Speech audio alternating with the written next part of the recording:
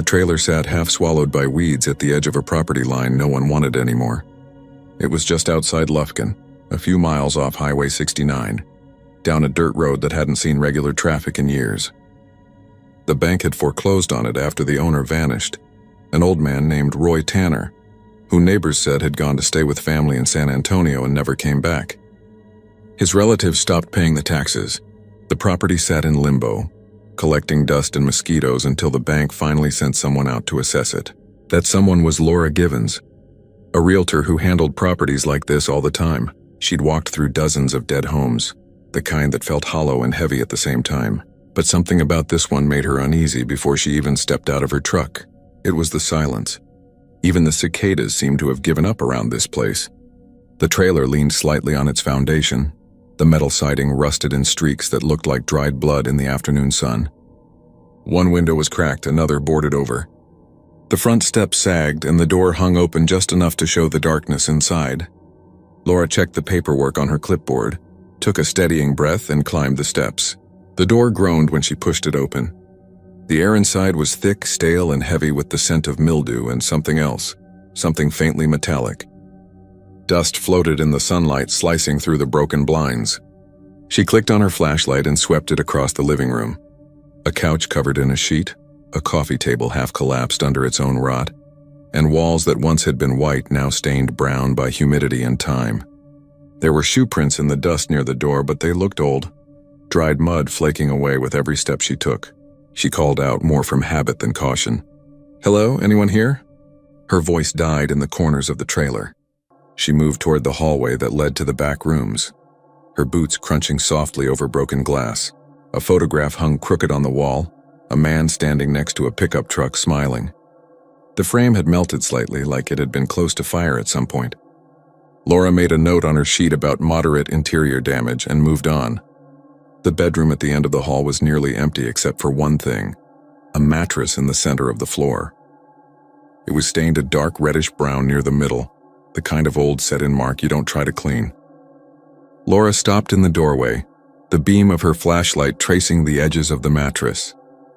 There were no sheets, no frame, no furniture, just the mattress and a single curtain moving faintly in the draft from a cracked window.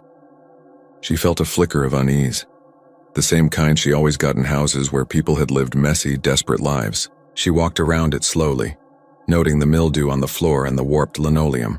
The stain looked darker in some places, almost wet, but when she crouched down and touched it with her gloved hand, it was dry. She wrinkled her nose. "Probably mice," she murmured to herself. When she reached the far side, she saw something odd. The floor beneath the mattress looked cleaner than the rest of the room, almost dust-free. She frowned, thinking maybe an animal had been nesting under it. With a sigh, she braced her hands against the side and flipped the mattress over. Her breath caught in her throat. There, in the middle of the clean floor, was a handprint, a perfect human handprint pressed into the dust. It wasn't old or smudged, it was fresh, clear ridges of skin, each fingertip distinct, the kind of print you get when the hand is damp with sweat. Laura stood frozen, the beam of her flashlight trembling slightly as she stared at it. The air in the room felt wrong now, thicker somehow, like it was pressing against her chest. She whispered out loud without meaning to, "Who the hell's been in here?" She straightened and looked around, scanning every corner of the room. Nothing moved. She listened for the sound of footsteps, breathing, anything, but the silence was absolute. She walked back into the hall, checking each door. The bathroom was empty except for a cracked mirror and a toilet half filled with dark water. The small guest room had a pile of old newspapers and a broken lamp. No one was there. When she returned to the bedroom, the handprint looked even more distinct, as if the dust around it had shifted. She felt a prickling on the back of her neck. The air seemed warmer now. She told herself she was overreacting. Maybe someone from the bank had been inside. Maybe the cleaning crew had started early. Still, something in her gut said that handprint hadn't been there more than an hour ago. She took a photo with her phone, the flash glaring off the pale dust, and made a note to report it. Then she bent down again, her curiosity winning over her nerves. The print looked too defined, too human. She could almost feel the pressure it must have taken to leave it that clearly. She hovered her hand above it, comparing size. The fingers were long, slender, bigger than hers. The odd thing was the position. It wasn't flat like someone pressing down for balance. It was angled, fingertips digging slightly into the floor like someone pulling themselves out from under the mattress. Her throat tightened. She stood and backed toward the door. The curtain fluttered again, though the air was still. Somewhere behind her, she thought she heard a soft creak, wood shifting under weight. She turned sharply, but there was nothing in the hall. Still, she felt it. That sense you get when someone else is standing just out of sight. Laura forced herself to finish her inspection. She walked the rest of the rooms, taking quick pictures and jotting half-legible notes. The silence was unbearable now. Every floorboard sounded too loud, every breath echoing in her ears. When she finally stepped back outside, the sunlight hit her like relief. She stood on the porch for a moment, heart pounding, staring back at the open doorway. Something moved in the shadow just inside the bedroom. It was small, quick, like the shifting of fabric or a figure stepping away from the window. Laura blinked hard, but when she looked again, the darkness was still. She locked the door even though the latch barely held and walked fast back to her truck. As she drove away, she checked her phone, flipping through the photos she'd taken. When she got to the one of the handprint, her breath hitched. The print was still there, but faint now, almost fading. And on the edge of the frame, just barely visible in the light from her flash, was another shape. The outline of a second hand, pressed against the base of the mattress. She deleted the photo without thinking. That night, Laura couldn't shake the smell of that trailer from her nose, the mixture of rot, dust, and iron.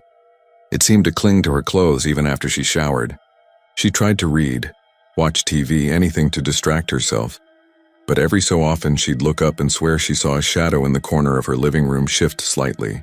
2 days later, she turned in her report and told the bank she didn't want any more of the foreclosure properties. She said they gave her migraines. The manager didn't argue. When they sent a new appraiser out to finish the job, he came back with fewer pictures than Laura had taken. He said the trailer was fine, empty except for a mattress in the middle of the floor. When they asked if he'd flipped it over, he said no. Something about it felt wrong, like someone had already made the bed for the night.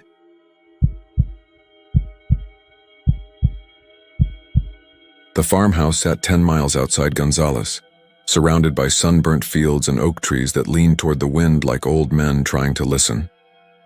When Ryan and Claire bought it, the place had been empty for 20 years. The air inside smelled of dust and mouse droppings, and every floorboard gave a hollow sound like a sigh when they stepped on it. But they loved it anyway. They had plans, sketches of where the kitchen would go, the nursery, the wide porch where they'd drink coffee in the mornings. It was their dream of getting away from Houston's noise and building something together. The contractor warned them that old houses had secrets, but they didn't listen. They thought he meant bad wiring or weak beams. The first strange thing happened 3 weeks into the renovation. One of the workers called Ryan out to the upstairs hallway. He'd been removing drywall from what was supposed to be a solid wall between 2 bedrooms, but his hammer had punched through to a hollow space. When they cleared the rest, they found a narrow door, painted the same color as the walls but clearly older, the frame made of a darker wood. It had been nailed shut, then covered in drywall and plaster as if someone had wanted to erase it completely. Ryan assumed it was an old storage closet. The house had been built in 1909. Strange carpentry wasn't unusual, but the sight of that sealed door made Claire uneasy. She asked if they could just leave it, but Ryan wanted to see what was inside. It took him an hour to pull out the nails and pry it open. The wood was swollen from years of humidity, and when it finally gave way, a rush of air came out that smelled faintly sweet, like something long decayed but preserved. Behind it wasn't a closet at all. It was a small bedroom, barely 10 by 10 feet, with faded blue wallpaper patterned with stars and moons. A twin bed stood in the corner, its metal frame rusted but intact. Toys were scattered neatly on a shelf. A tin car, a wooden train, a stuffed bear missing one eye. The strangest thing was how untouched everything looked. Dust lay everywhere, but nothing had been disturbed. It was as though the room had been frozen in time the moment someone shut that door. Pinned to the wall above the small desk was a yellowed note written in a child's scrawl. The pencil marks were faint, but the words were still readable. "Don't let him out again." Claire stood in the doorway, her face pale. "This isn't right," she whispered. But Ryan, trying to sound practical, said it was probably some kind of prank or maybe an old story from the family that used to live there. He took pictures for curiosity's sake and went back to work. But that night, neither of them slept well.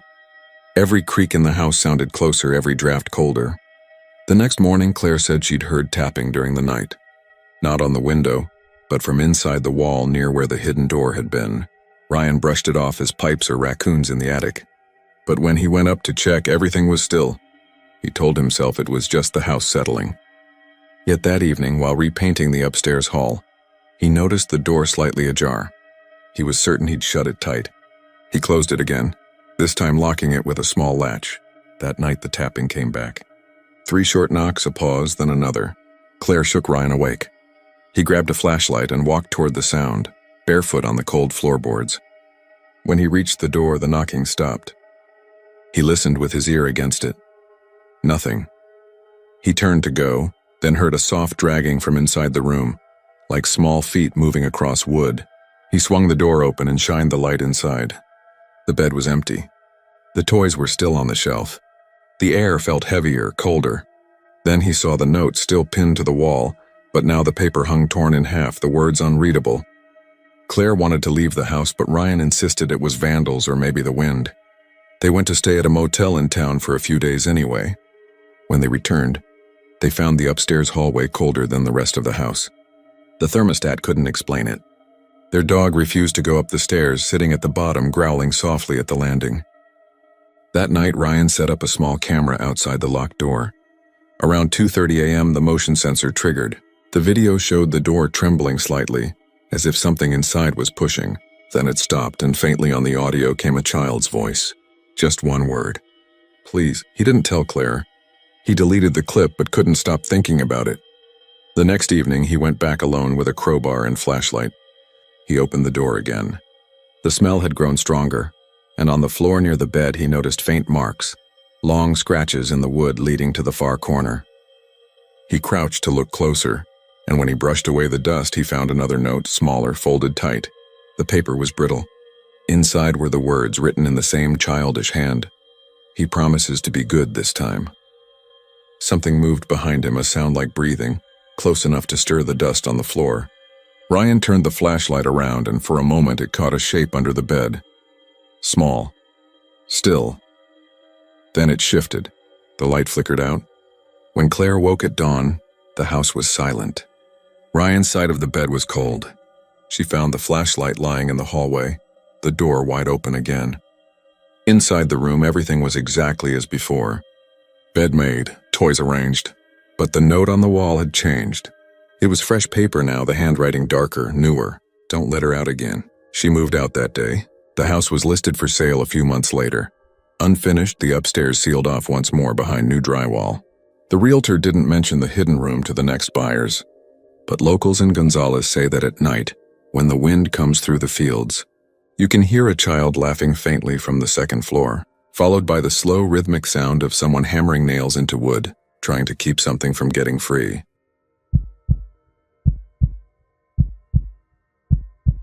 It was late afternoon when Dale Crenshaw pulled up to the old 2-story house on the edge of Alpine. The October sun was low enough to paint the windows gold, and the grass in the yard had grown up to his knees.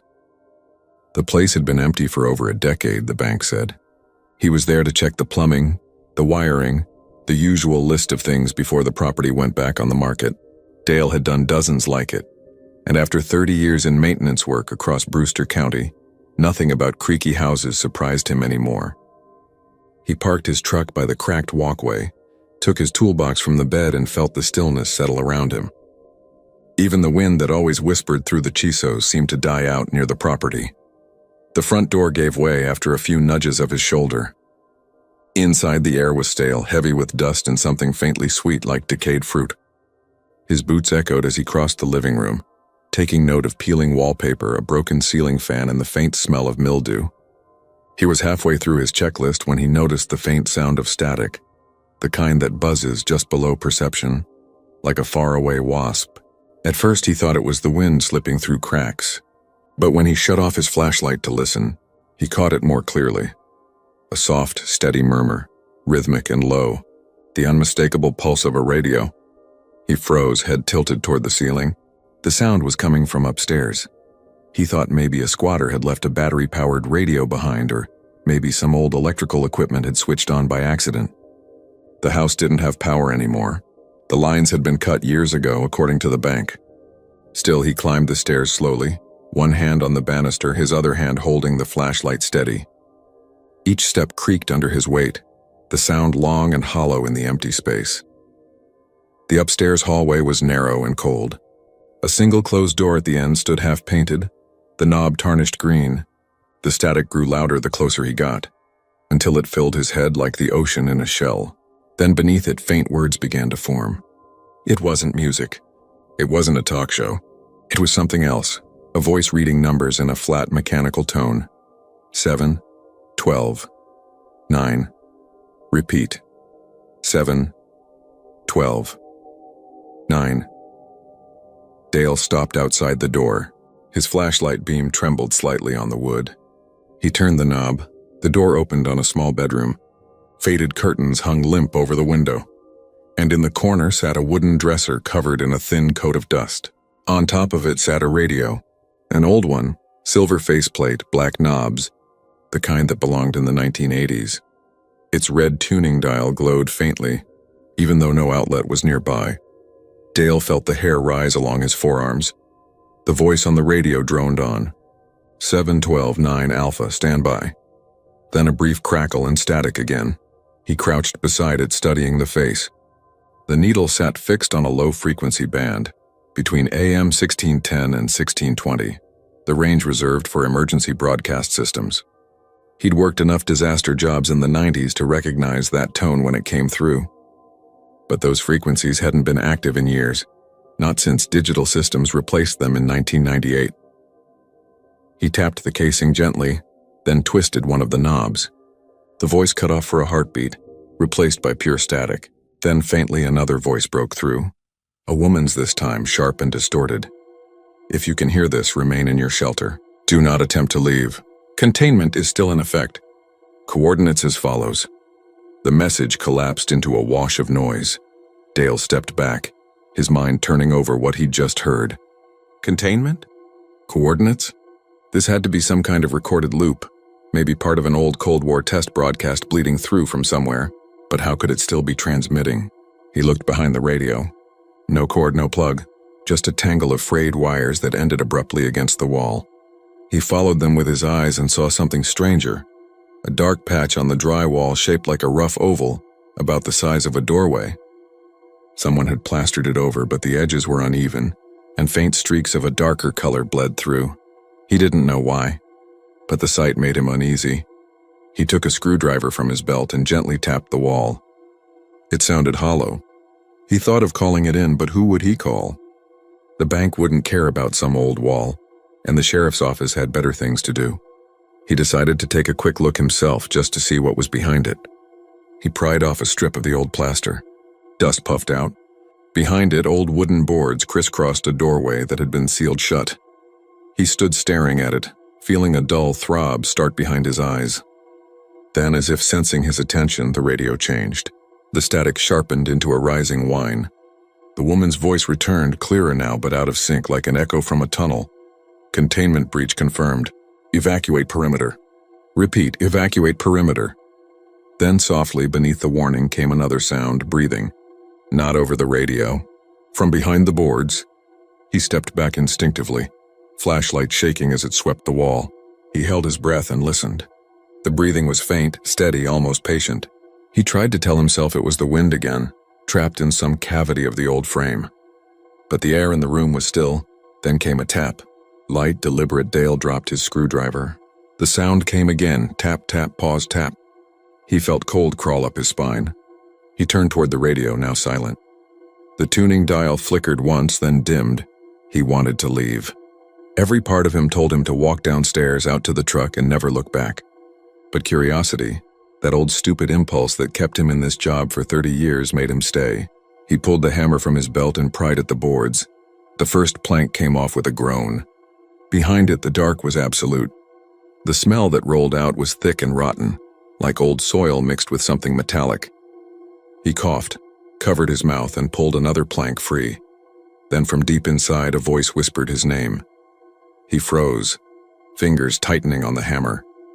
It wasn't a question or a plea. It was flat, factual, the way someone might confirm a radio check. Dale Crenshaw. He stumbled back, tripping over his toolbox. The radio behind him flared to life again, louder than before, blaring the same numeric code on loop. 7, 12, 9. He ran, down the stairs, across the living room, out the front door. He didn't stop until he reached his truck. His chest heaved, heart pounding so hard it hurt. He sat there for a long time, staring at the house through the windshield, the upstairs window glowing faintly with that same red hue from the radio. When he finally started the truck, he called the bank's contact and told them the job was done, that the property wasn't worth fixing up. He didn't mention the radio. He didn't mention the voice. That night, back in his small apartment off Holland Avenue, he tried to forget it. But around midnight, as he lay half asleep, he heard it again, the faint hiss of static. He sat up. The power was off, but the sound was coming from his nightstand. From his old digital clock, its display flickered red, and in the brief silence between bursts of static, he heard the same voice as before. Containment breach confirmed. The numbers followed. 7, 12, 9. The next morning, his neighbor knocked on his door after hearing his radio blaring all night. When she stepped inside, the apartment was empty. The clock on the nightstand was gone, the plug still in the outlet, and on the wall above the bed someone had written 3 numbers in red dust. 12, 9.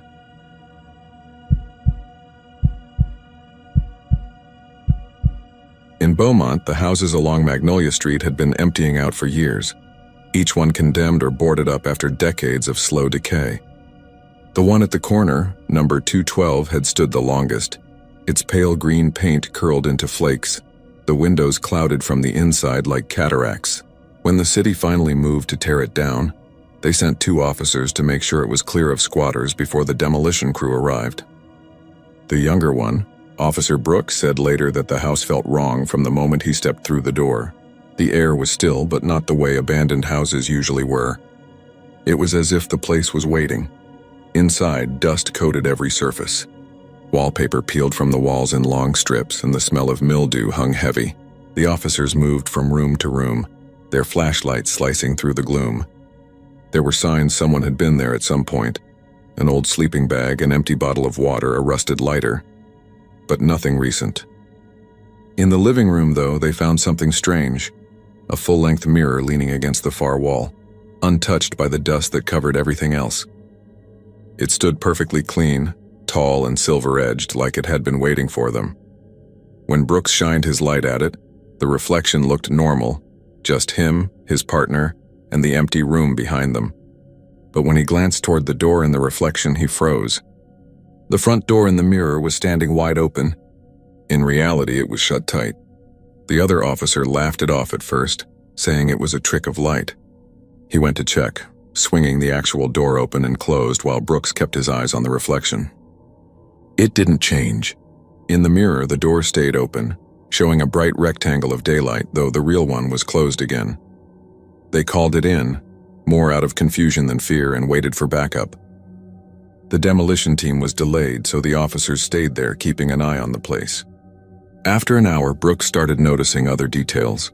The reflection of his flashlight beam seemed a fraction of a second slower than his movement. His partner's reflection blinked when the real man didn't, and once, when Brooks leaned in closer, he could have sworn he saw someone else standing behind him in the reflection. A dark figure at the edge of the room, tall, motionless. He spun around, but no one was there. They decided to step outside for a break, both uneasy now. When they came back in, the air felt colder, though the sun outside was baking hot. The mirror was still there, same as before. This time, Brooks noticed something different in the reflection of the front door. Beyond it, beyond that bright, impossible opening, he could see a dirt road stretching away, lined with trees that didn't exist in Beaumont. He pointed it out, but his partner couldn't see it. To him, the mirror only showed the open door. Brooks stepped closer, trying to make sense of it. The road in the reflection looked real, detailed, with shadows shifting as if a breeze was passing through unseen branches. He raised his hand to touch the surface, and his partner barked at him to stop. Brooks hesitated, then brushed his fingertips against the glass. It was cold. Not just cold, but deep cold, like touching metal that had been buried in ice. For a second, he felt a faint vibration, and the reflection seemed to ripple outward from his touch. The next moment, something moved on the road in the reflection. A figure stepped into view, small, distant at first. It was walking toward the house, toward the door that was open in the mirror but closed in real life. Brooks' partner cursed, backing away. The figure got closer, and though it was still blurry, they could see it was human-shaped. It walked slowly, like it was struggling through water, its limbs jerking slightly out of sync. Brooks tried to move, but couldn't. His hand was still touching the mirror, and it felt like something was holding it there from the other side. His partner shouted his name and pulled him back, breaking the contact. The mirror went still again, the figure gone. They left the house immediately, radioing in that the property was unsafe. The demolition team showed up the next morning, and the officers refused to go back inside. When the crew started clearing the house, one of the workers, a man named Luis, noticed the mirror still standing there. He said it didn't look like anything special, just old. He tried to move it out of the way, but when he lifted it, he saw his reflection smiling back at him even though his own face was neutral. He dropped it instantly. The foreman laughed and told him to stop fooling around. They leaned it against a dumpster and went back inside to pull out the last of the debris.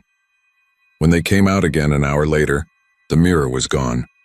They assumed someone had stolen it for scrap or resale.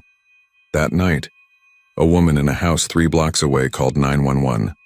She said someone was knocking on her front door over and over, but when she looked through the peephole, no one was there. The responding officer was Brooks. He recognized the street immediately. It was close to Magnolia, close to where the condemned house had stood. When he arrived, the woman was shaking.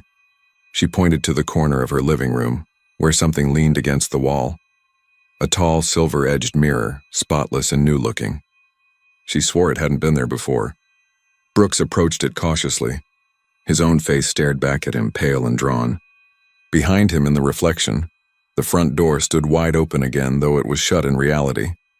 And this time he could see more of that impossible road. It was closer now, clearer. The trees on either side twisted and leafless. At the far end of it, a shape stood waiting, just beyond where the light faded, still and tall as if watching. He took a step back, raising his flashlight, and for a split second he thought he saw movement, not in the reflection but behind the glass itself, like something shifting just beyond a thin barrier. The woman gasped, clutching her chest. Brooks turned, and in that moment the front door in the real house shuddered against its hinges. One loud, heavy knock, then another, then silence. When he looked back at the mirror, the reflection showed the door swinging wide open, and the road on the other side stretched straight into darkness. Brooks reached for his radio, but the static was deafening. The mirror vibrated slightly like it was breathing. In the reflection, the figure had stepped through the doorway and was walking straight toward him. His own reflection didn't move at all. When backup arrived 15 minutes later, the living room was empty. The woman was outside, sobbing on the porch, saying the officer had gone into the mirror. The front door was closed, locked from the inside. The mirror was still there, spotless, untouched. They took it into evidence, sealing it in a crate, though no one could explain how it followed them when the house on Magnolia had already been leveled that morning. The demolition crew swore they'd seen it in the dumpster before it vanished. The crate now sits in a storage room at the Beaumont Police Department, covered in a heavy tarp. The officers on night shift avoid that corner of the building. They say sometimes when the lights flicker, they can see the outline of the mirror under the tarp just faintly reflecting the doorway behind them, and in that reflection the door is always open.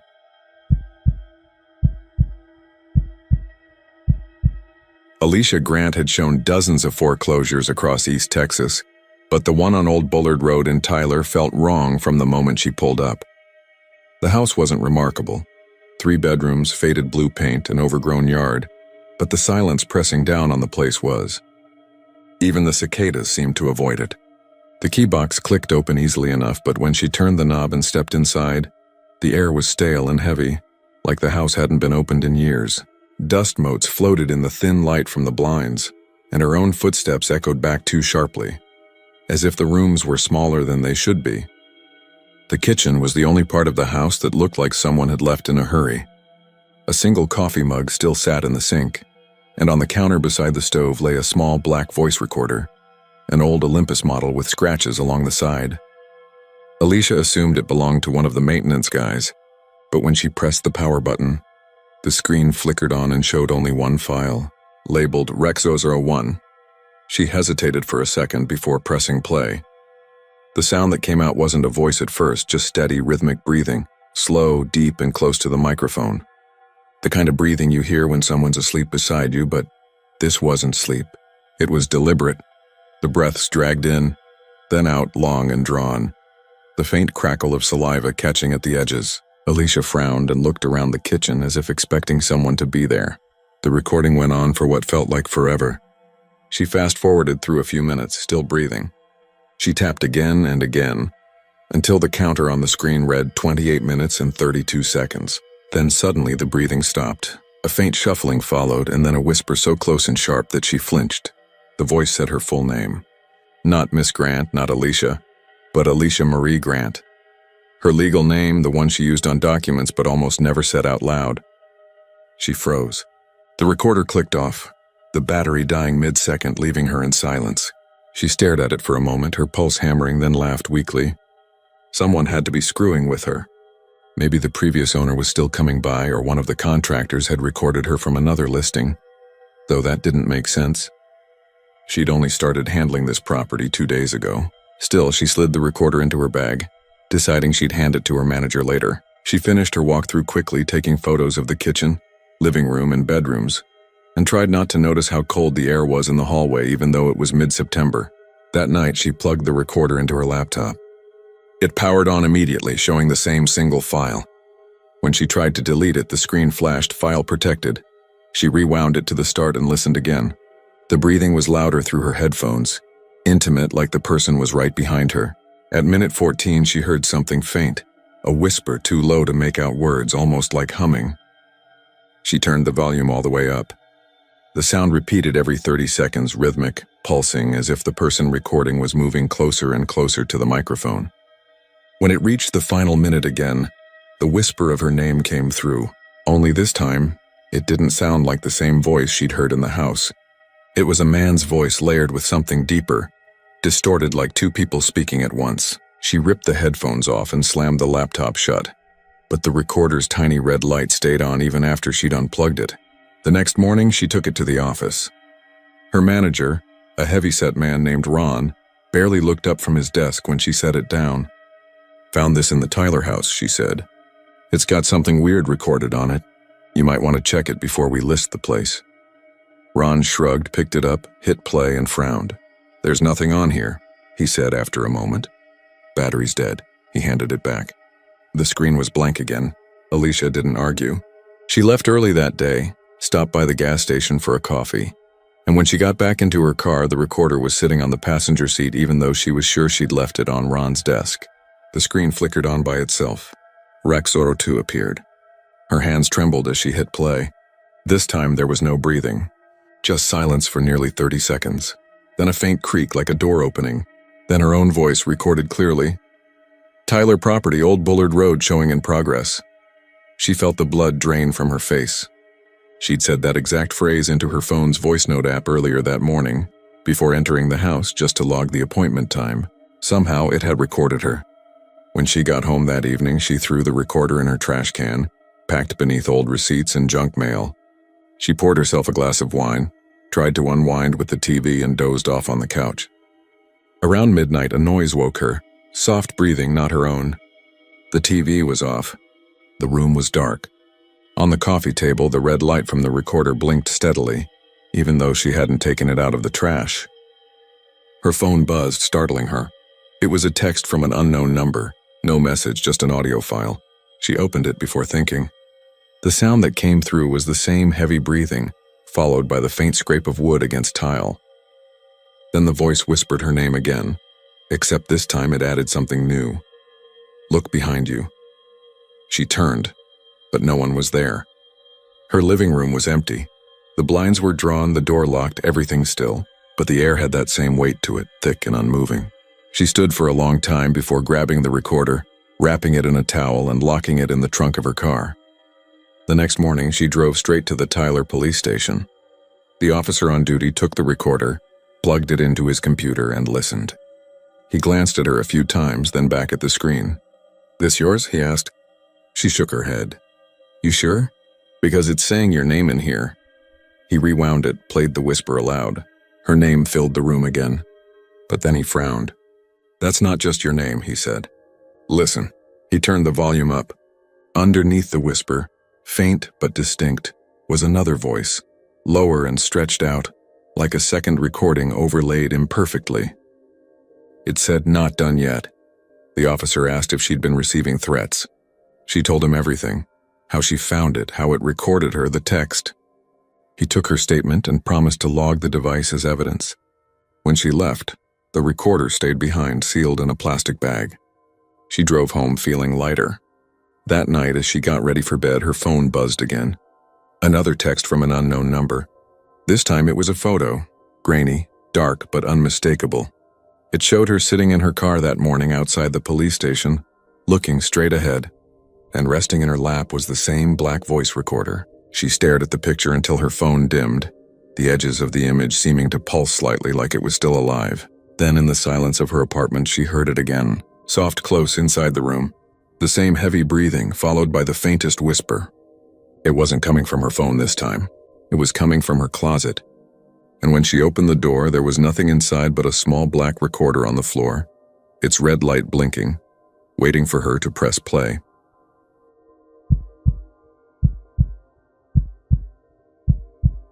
The house on Ranch Road 12 had been boarded up since the late 90s. The siding was gray and split. The porch sagged in the middle, and ivy had crawled its way up through the cracks in the foundation, gripping the structure like a hand refusing to let go. Neighbors said no one had lived there since Mrs. Eleanor Rusk disappeared one summer afternoon without a trace. People whispered that her husband had killed her, though he'd died himself less than a year later in a car wreck out on Highway 27. After that, the place just sat there abandoned, rotting, and avoided by everyone who knew better.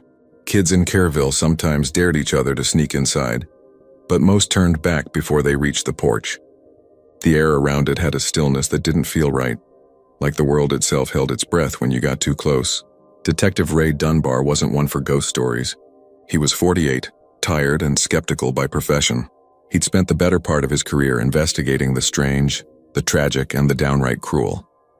But when the sheriff's office got a call from a developer claiming someone had been seen moving through the boarded windows, Dunbar volunteered to check it out. It was a Tuesday morning in early November, gray skies and drizzle, the kind of day where everything felt colder than it should. He parked his truck in the overgrown driveway, the gravel long buried under moss and mud, and stepped out into silence. The house loomed ahead like something that had forgotten how to be part of the world. The boards over the windows were warped and damp, nails rusted to near dust. He circled to the back door, flashlight in one hand, crowbar in the other, and pried his way inside. The air hit him immediately, stale, thick, and faintly sweet, like old flowers left too long in water. The floorboards creaked with each careful step. He called out once, his voice hollow against the walls, but nothing answered except the soft drip of water somewhere deeper in the house. He moved from room to room, his flashlight beam cutting across wallpaper that had bubbled and peeled, furniture still sitting where it had been left decades ago. It was strange, he thought, how much had been untouched. A half-empty glass on the counter, a photograph face down on a side table, dust thick enough to preserve every detail, as if time itself had forgotten the place. Then he found the bathroom.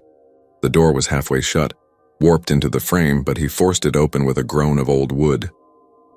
The flashlight beam landed on a white porcelain bathtub at the far end of the room. It was full. Clear water to the brim. He froze. There hadn't been any plumbing in the house for years. The utilities had been cut off before he'd even joined the force. Yet the water was pristine, without a trace of dirt or debris. No visible source, no trickle or leak. The surface was unnaturally still, smooth as glass. He stepped closer, slow, cautious, studying the edges of the tub. The fixtures were rusted, the faucet dry, and the drain sealed with grime. He leaned over, his reflection wavering in the beam of his flashlight. Then the water rippled, just once, a small disturbance near the middle, as if something beneath had shifted or someone invisible had brushed the surface with a hand. Dunbar's breath caught. He scanned the room again, heart picking up. No footprints in the dust but his own. No open window. The air was heavy with quiet, but not the kind of quiet that felt empty. More like a quiet that waited. He reached out and tapped the surface with the end of his flashlight. The ripple spread outward in perfect circles and stopped. He crouched lower, the beam trembling slightly in his grip. The water smelled faintly of lilac. That detail stuck with him.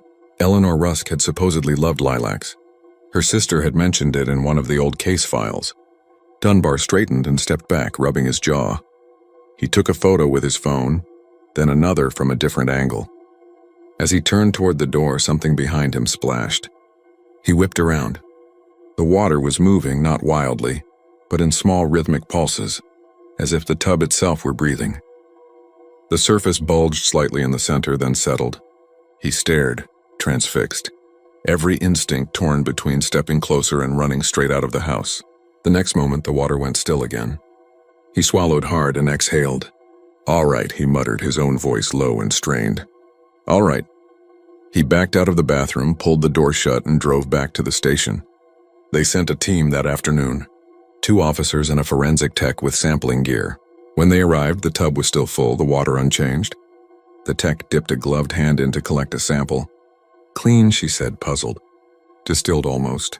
No bacteria, no sediment, like it was poured from a bottle." The sheriff ordered the house sealed until lab results came back. 2 days later, the water was gone. Not drained. Gone. The tub was dry and dusted again, as if it hadn't seen moisture in decades. No damp residue. No puddles on the tile. Dunbar couldn't shake it. Something about it clawed at him. That image of perfectly clear water in a dead house. The faint scent of lilac. The slow ripple when no one touched it. He started digging into the old disappearance again, pulling the Rusk case files from storage. Eleanor had vanished in June 1998. Her husband claimed she'd gone to visit a friend in Austin, but she never arrived. A week later, he reported her missing. Neighbors said they heard water running the night before she disappeared. One said they saw a light in the upstairs bathroom around midnight, the same bathroom where the tub now stood. Dunbar went back to the house alone that weekend, against policy. He told himself it was follow-up work, but deep down he just needed to see it again, needed to know if what he'd seen was real. The front door was still boarded, so he used the same back entrance. Inside, the air felt different, colder, heavier. The smell of lilac hit him immediately, stronger this time. It trailed faintly up the stairs like a path. He followed it. The bathroom door was wide open. The tub was full again. He froze on the threshold. The water looked exactly as before, clear, still, reflecting the cracked ceiling above.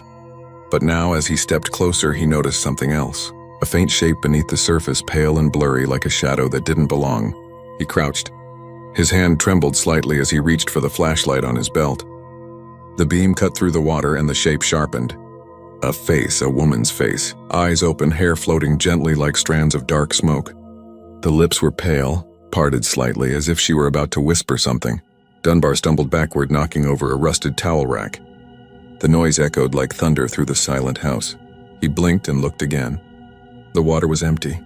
He stood there shaking, the flashlight flickering in his grip, and something cold brushed his wrist. A single drop of water fell from nowhere, splashing on his skin. He looked up. The ceiling was dry. Another drop hit his cheek, then another, until he realized the sound was coming from behind him. The slow drip of water from the tub onto the floor. It was overflowing. He backed toward the door, heart pounding. The air filled with the scent of lilac so strong it burned. The water spilled over the edges, creeping toward his boots, but when he glanced down, it wasn't clear anymore. It was turning cloudy, like something stirred within it. He turned and ran. Down the stairs, through the kitchen, out the back door, gasping as he stumbled into the gray daylight. When he looked back, the window above the bathroom glistened with condensation from the inside, as if someone had just taken a bath. They found Dunbar's truck still idling at the edge of the drive hours later. The back door of the house was open, footprints in the mud leading up to it, but none coming out. When the search team entered, they found the bathroom empty again, the tub dry. A faint lilac scent lingered, and the mirror was fogged over, though no one could explain why. Weeks passed. The house was boarded up again, declared unsafe. The development project was scrapped. But on certain mornings, when the air in Caryville turned damp and heavy, locals swore they saw something glint in the upstairs window, like water moving in a place that should have been bone dry. And sometimes, if you stood close enough to the porch, you could smell lilacs, faint, distant, like someone had just stepped out of a bath and left the door open.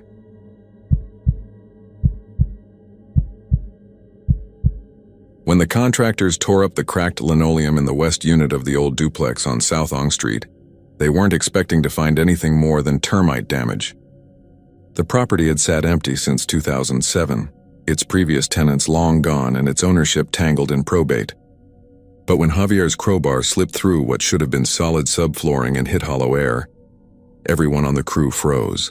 They cleared the debris, revealing a plywood panel cut clean into the joists, nailed down with unusual precision. It didn't match the rest of the floor.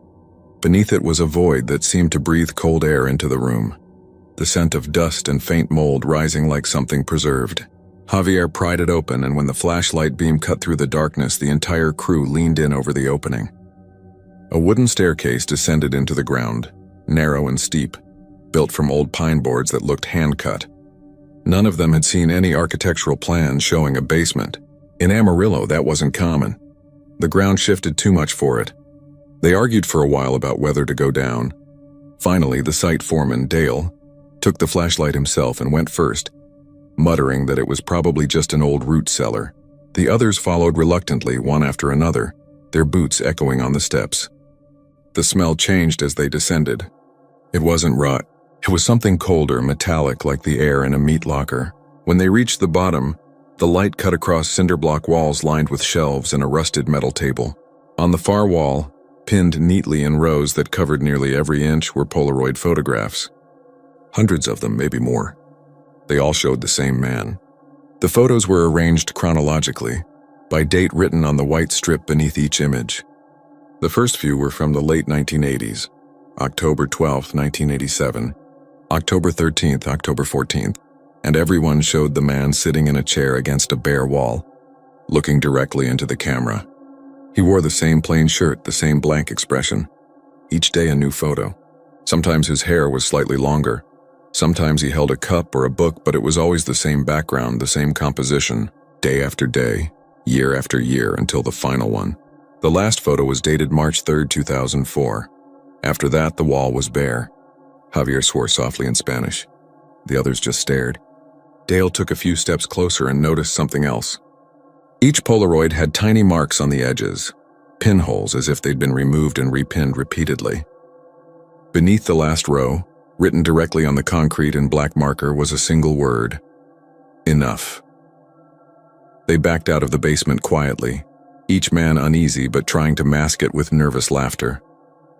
Dale called the property manager that afternoon and told her about the find. She called the police, and by evening 2 Amarillo officers had arrived. The younger one, Ruiz, joked about finding a serial killer's scrapbook, but his partner, an older detective named Klein, said nothing. When Klein descended into the basement, he took a long look at the photos before speaking. "I've seen this man before," he said quietly. They ran the man's face through old missing persons reports and driver's license databases. It didn't take long to find him. His name was Alan Hensley, a local insurance adjuster who had vanished in March 2004. His car had been found abandoned near the Palo Duro Canyon overlook. Police at the time had assumed suicide, though no body was ever recovered. He'd lived just 2 blocks away from that duplex, but the photos complicated everything. If Hensley had been the subject, who had taken them? And why were they hidden under a false floor in a property never registered in his name? The next day, the detectives brought in a forensic photographer and evidence crew. Every Polaroid was documented, cataloged, and sealed. But when they compared the backgrounds of the images to the basement itself, something didn't line up. The wall behind Hensley in the photos wasn't made of cinder block. It was smooth plaster painted a pale yellow, like a normal living room wall. Yet every timestamp matched exactly 1 day apart. Whoever took them had access to him daily for years. When they developed a few negatives from the Polaroid emulsion, they found faint reflections in some frames. In several, you could see the edge of a mirror behind the camera. And in that reflection, sometimes barely visible, there was another figure. Tall, gaunt, often in shadow, sometimes only an outline. But in one of the late photographs, dated March 1, 2004, the reflection was clear enough to make out a face. It wasn't human. The features were elongated, the mouth too wide, the eyes deep and glassy like wet stone. The image analysis lab assumed it was a lighting distortion or motion blur, but Ruiz said he saw teeth in that grin. They sealed the basement pending investigation. But that night, the alarm system in the duplex triggered 3 times. Each time, responding officers found the front door unlocked and the basement hatch open. On the 3rd night, a patrolman reported seeing someone standing at the basement opening before the lights in the house went out completely. When backup arrived, the house was empty, but new Polaroids were found pinned to the basement wall. They showed the patrolman, Officer Brennan, sitting in the same chair, expression blank. The dates written below were that same week. The department tried to keep it quiet, but Amarillo's rumor mill turned it into legend almost overnight. Some said Brennan had gone missing after that, though official reports listed him as having transferred out of state. Others claimed to have seen lights flickering in the duplex at night, like an old camera flash. Months later, Dale, the foreman, moved to Lubbock to get away from it, but he couldn't sleep. Every night he'd wake up to a soft click, the unmistakable sound of a Polaroid ejecting from its slot. He'd check his nightstand, his phone, his smoke alarm, but it always came from somewhere near the closet. He eventually set up a camera of his own, pointing it at the door. For a week, nothing happened. Then one morning he found a fresh instant photo sitting on the floor beneath the tripod. It was a picture of him sleeping. The timestamp on the bottom read 3:03 a.m. He smashed the camera, burned the photo, and called Javier to tell him he was done with construction work for good. But Javier had his own story. 2 days after the basement discovery, he'd noticed something strange in his apartment. A Polaroid of him, sitting at his kitchen table, the same blank expression as the man on the wall. The date on the bottom was the next day's date. By 2008, the duplex was condemned again, this time due to structural instability. But when the city sent demolition crews to tear it down, the site foreman refused to step inside.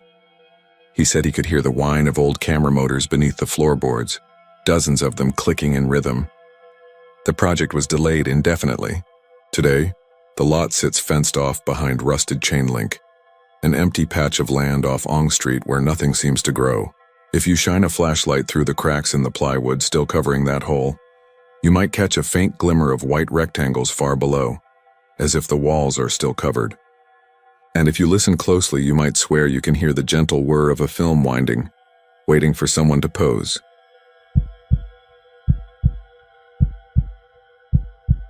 In the far western edge of El Paso, a wind-battered gas station sat half buried in dust and silence.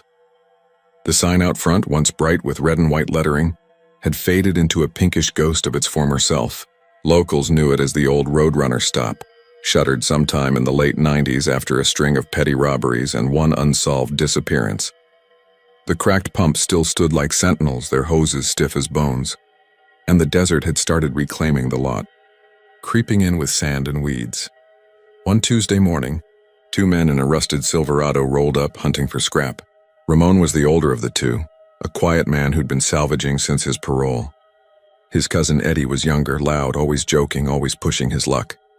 They'd picked over most of the west side already and were working their way through forgotten places like this. Old stations, barns, motels left to rot under the sun. They stepped through the open door of the attached house behind the station, their boots crunching over broken glass and plaster. It smelled faintly of old oil and dry rot.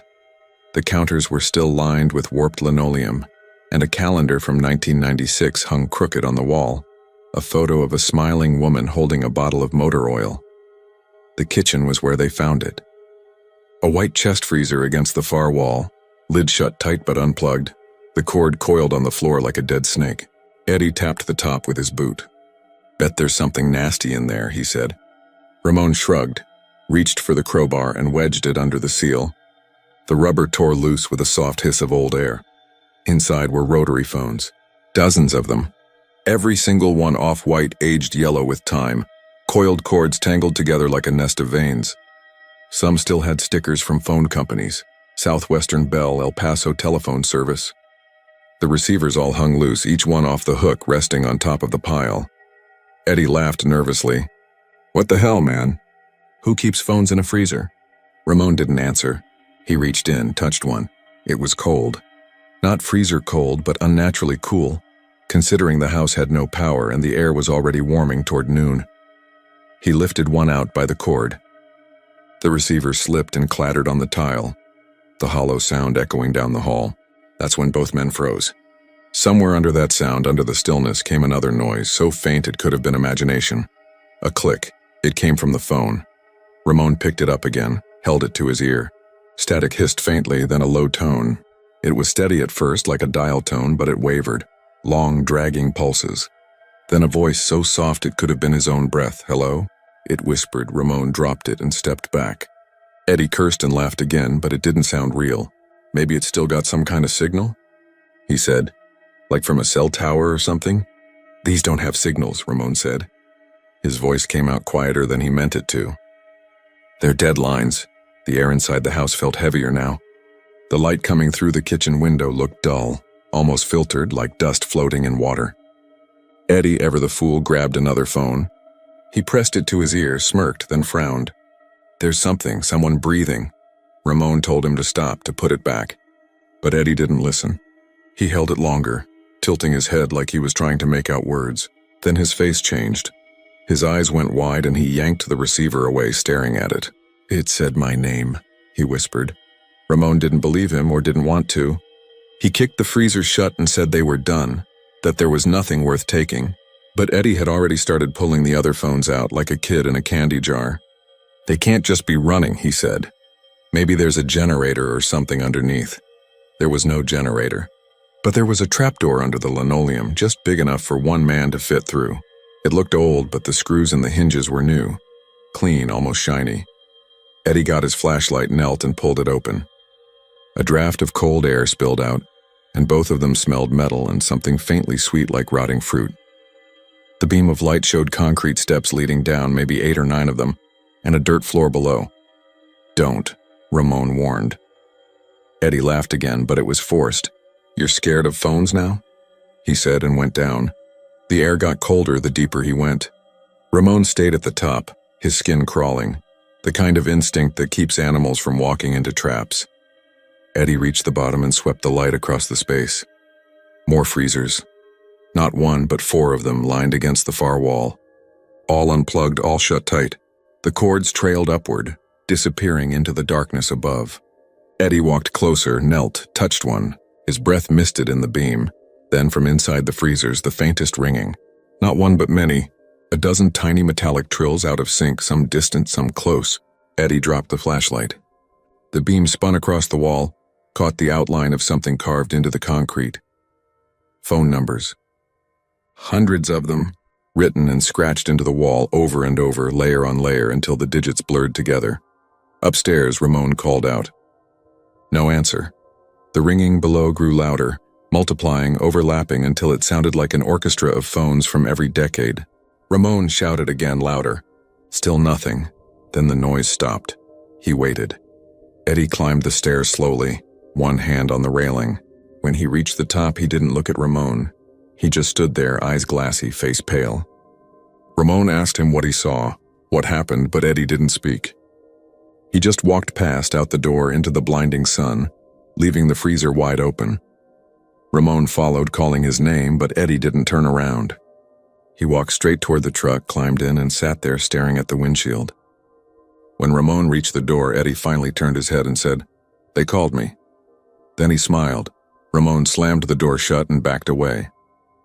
He didn't go back for the tools or the scrap. He just left. He walked the 2 miles to the highway, flagged down a passing driver, and didn't say a word until he was back in town. That night, he couldn't sleep.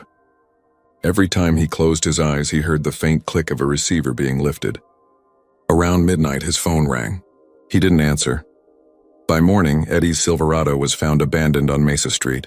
Doors open, radio on static. The cab was empty except for a single rotary phone sitting on the passenger seat, receiver off the hook. Police went to the old station that afternoon. They found the freezer still open, the phones gone. The basement was empty except for the walls, clean this time, freshly painted gray. The only strange detail they noted was that the floor of the basement felt warm, like there was something humming just beneath it. No one's gone back since, but sometimes, when the wind is low and the sun hits that stretch of desert just right, travelers say their cell service cuts out for a few minutes near the ruins of the Roadrunner stop. And in that brief silence, some swear they hear a faint ringing from underground, an old rotary tone, steady and patient, waiting for someone to pick up.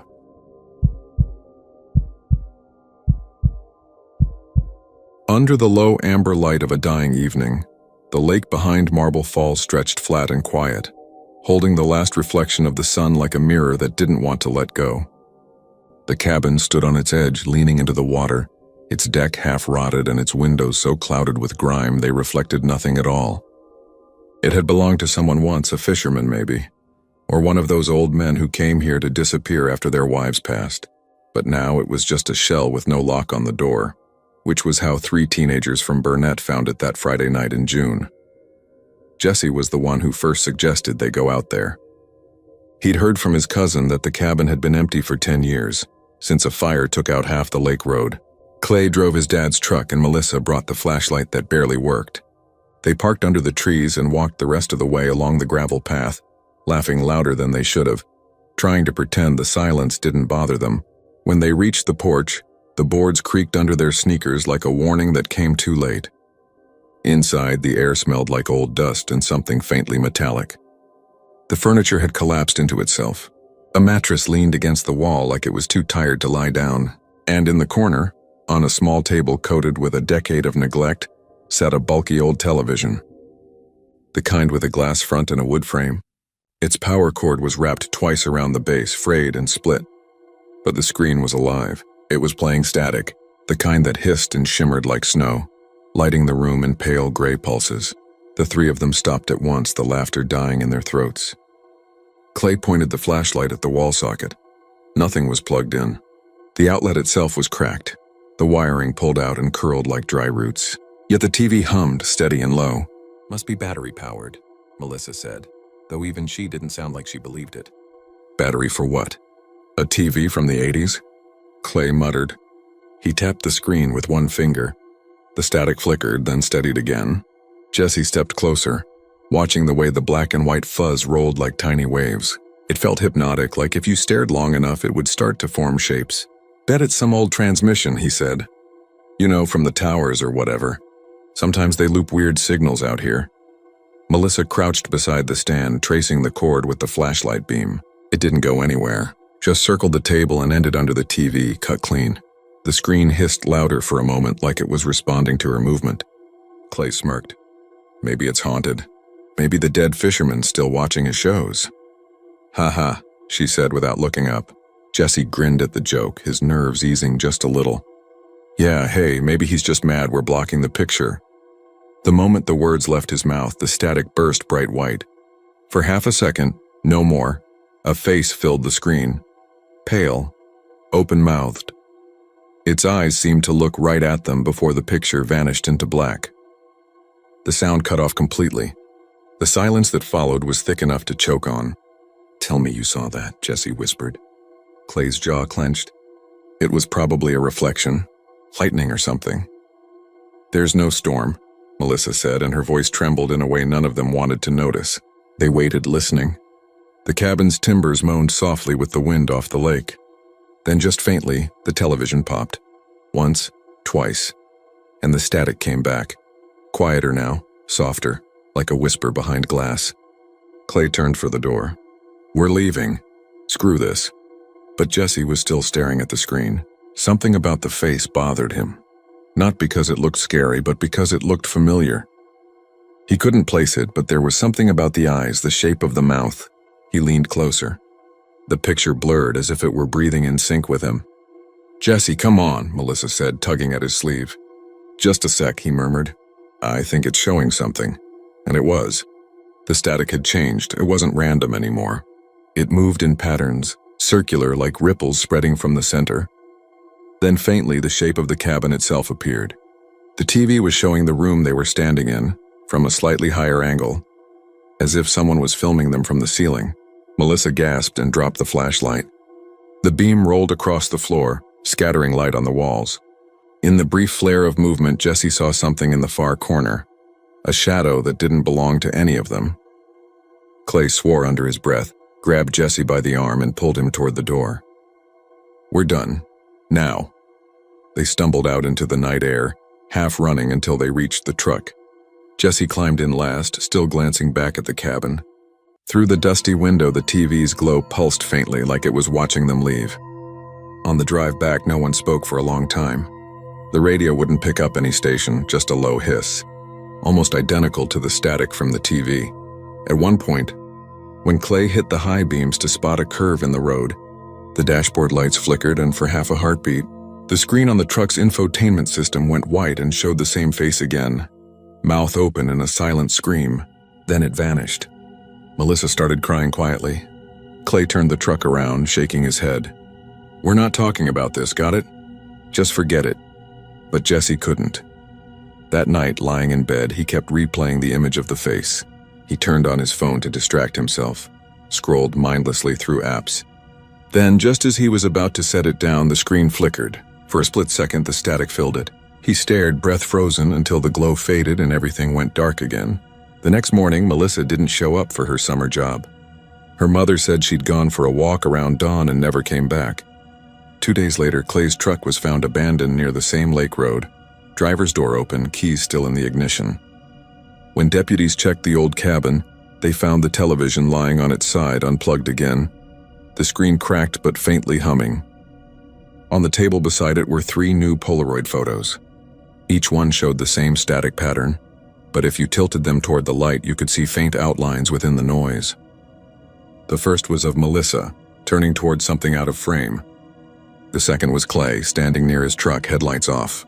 And the third was Jesse, staring straight into the camera, his reflection caught in the shattered glass of the TV. The photos were bagged as evidence, but by the time they reached the sheriff's office, the images had darkened completely to black. The film hissed faintly inside the envelopes, as if still playing something no one could see.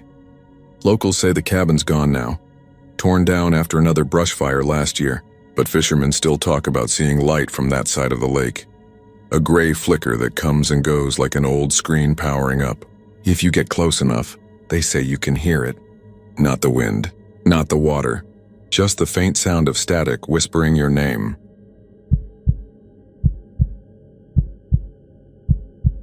The house on Sycamore Street was a low, square thing that looked like it had settled unevenly into the Texas dirt. It wasn't much to look at, but for Mark and his wife, it was a small miracle.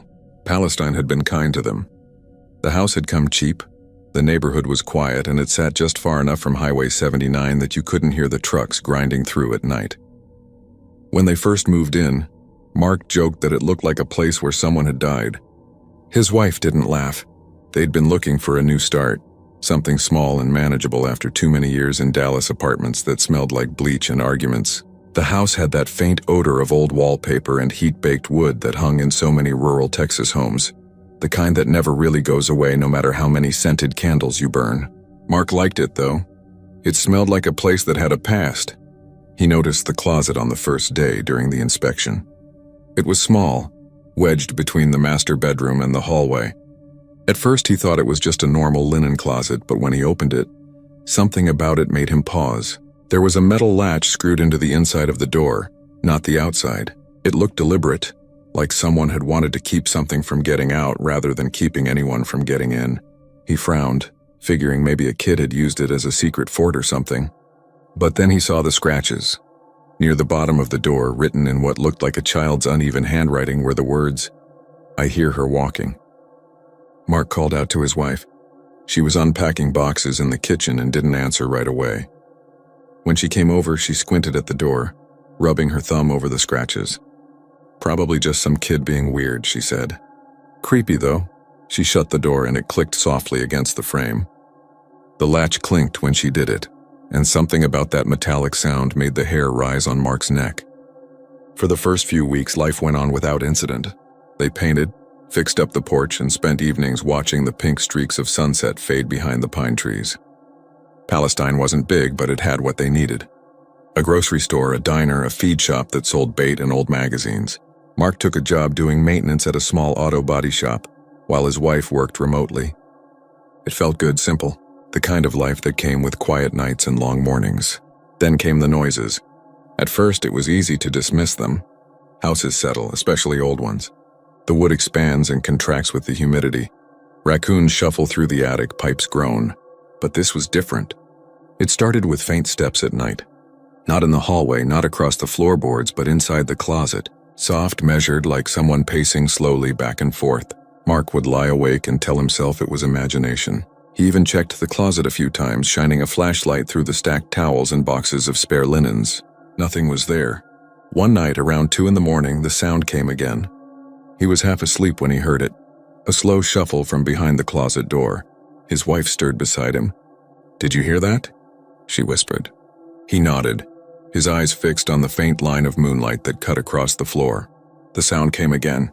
3 steps, a pause, then a single tap against the inside of the door, as if someone had brushed their hand against it. Mark sat up, heart thudding. He reached for the baseball bat he kept under the bed and walked over. The latch rattled softly. He froze, listening.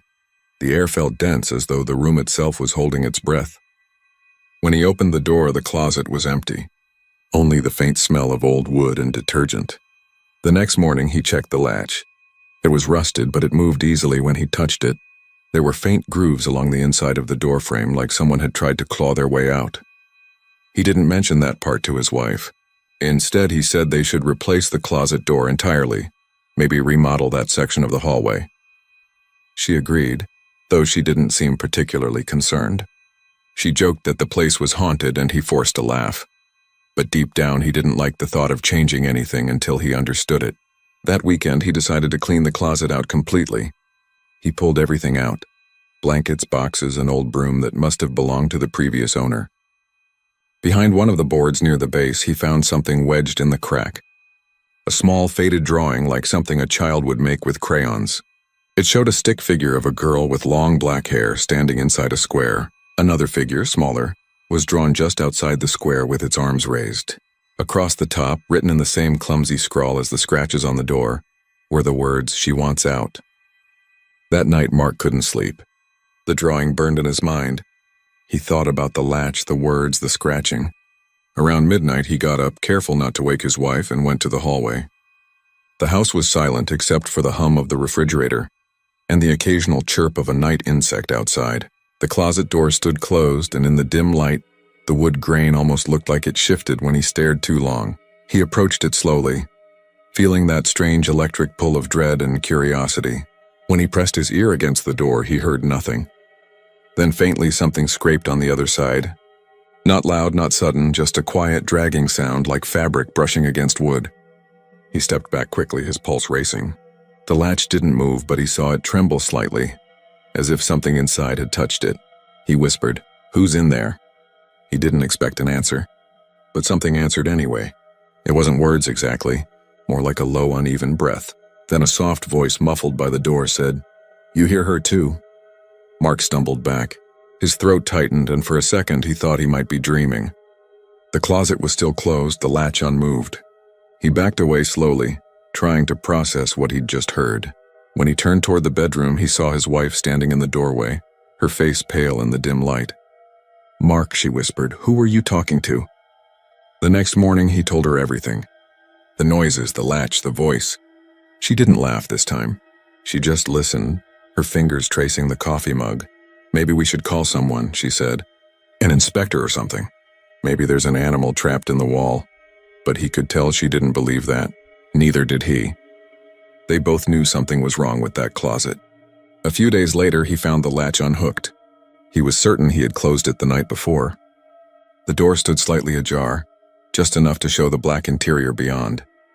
He shut it immediately, forcing the latch down until it clicked.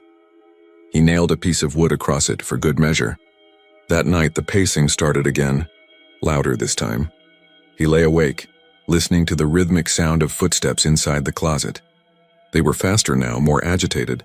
At one point, something hit the door hard enough to make the wall shake. His wife screamed, clutching his arm. Then it stopped. The house fell silent again, heavy with dread. They packed the next day. It didn't feel like running away.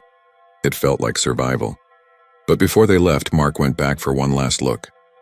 The closet door was quiet, the air still. He pulled off the board he'd nailed and opened the door. Inside there was nothing, no movement, no figure, no sound. But the smell was different, metallic and sharp, like wet iron. He looked down and saw new scratches on the inside of the door, fresh and raw, as if carved just that morning. The words were different this time. There was no childish scrawl. The letters were deep, deliberate, carved by something with strength. They said, "I'm out." He slammed the door and ran. They left the house that afternoon, never went back, never spoke of it again. The realtor who listed it a month later mentioned that the new buyers seemed happy with it. Said they'd fixed up the porch and painted the walls. She did mention, though, that they kept that one hallway closet nailed shut. No one knew why, but sometimes when the wind blew hard through Sycamore Street, neighbors swore they could hear faint knocking from inside that house, steady and patient, like someone trying to find their way back to the world.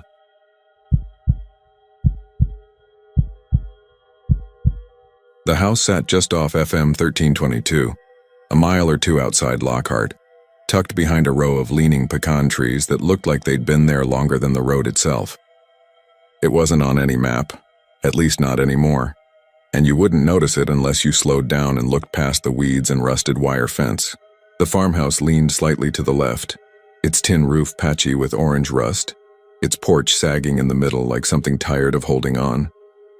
For years, locals said no one had lived there since the 80s. It was one of those places you passed on a back road and felt eyes on you. When the group of urban explorers pulled up that Saturday morning, the sun was still low enough to make everything look washed in old film color. The yellow grass, the red dirt, the silver-gray boards of the house.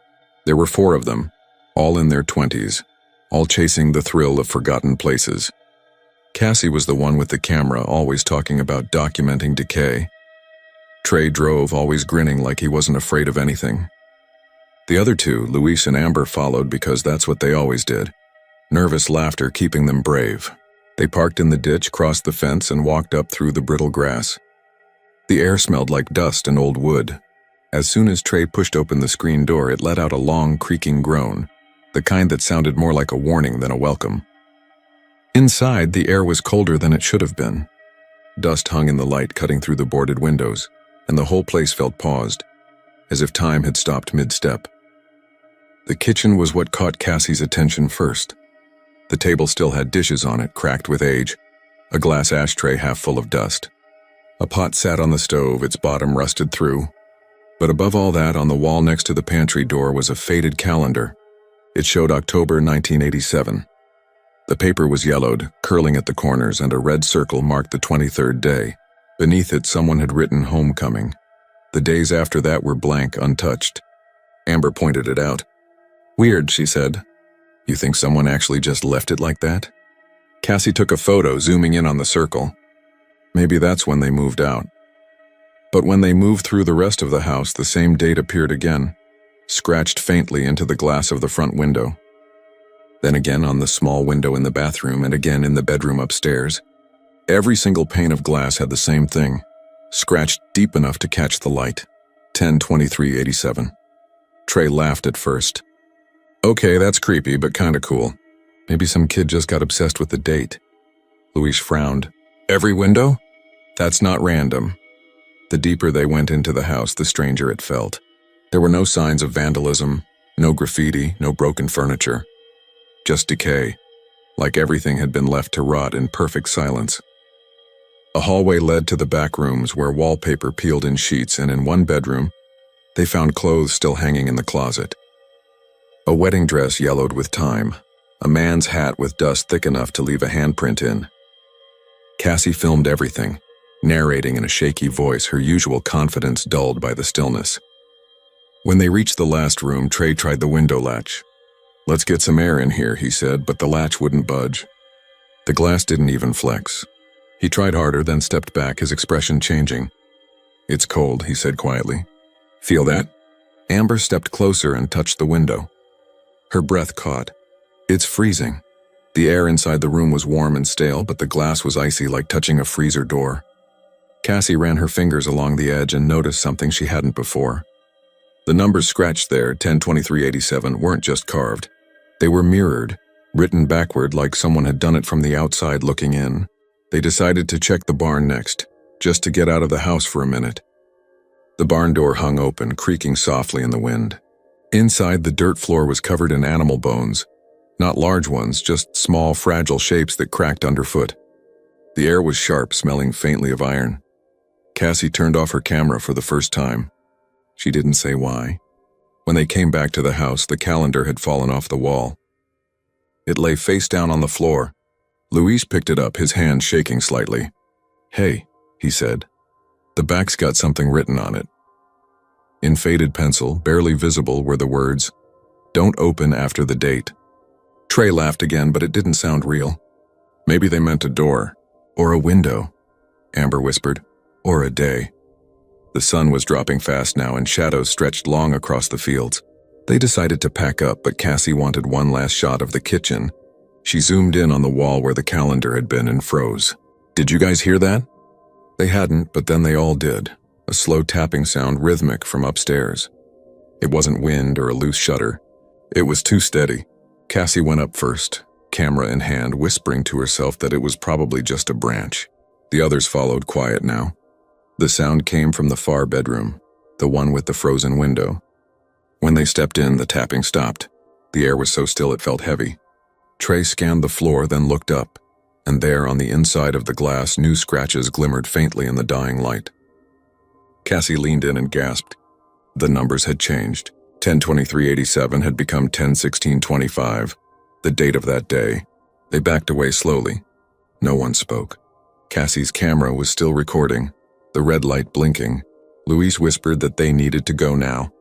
Trey didn't argue this time. They grabbed their bags and left without looking back.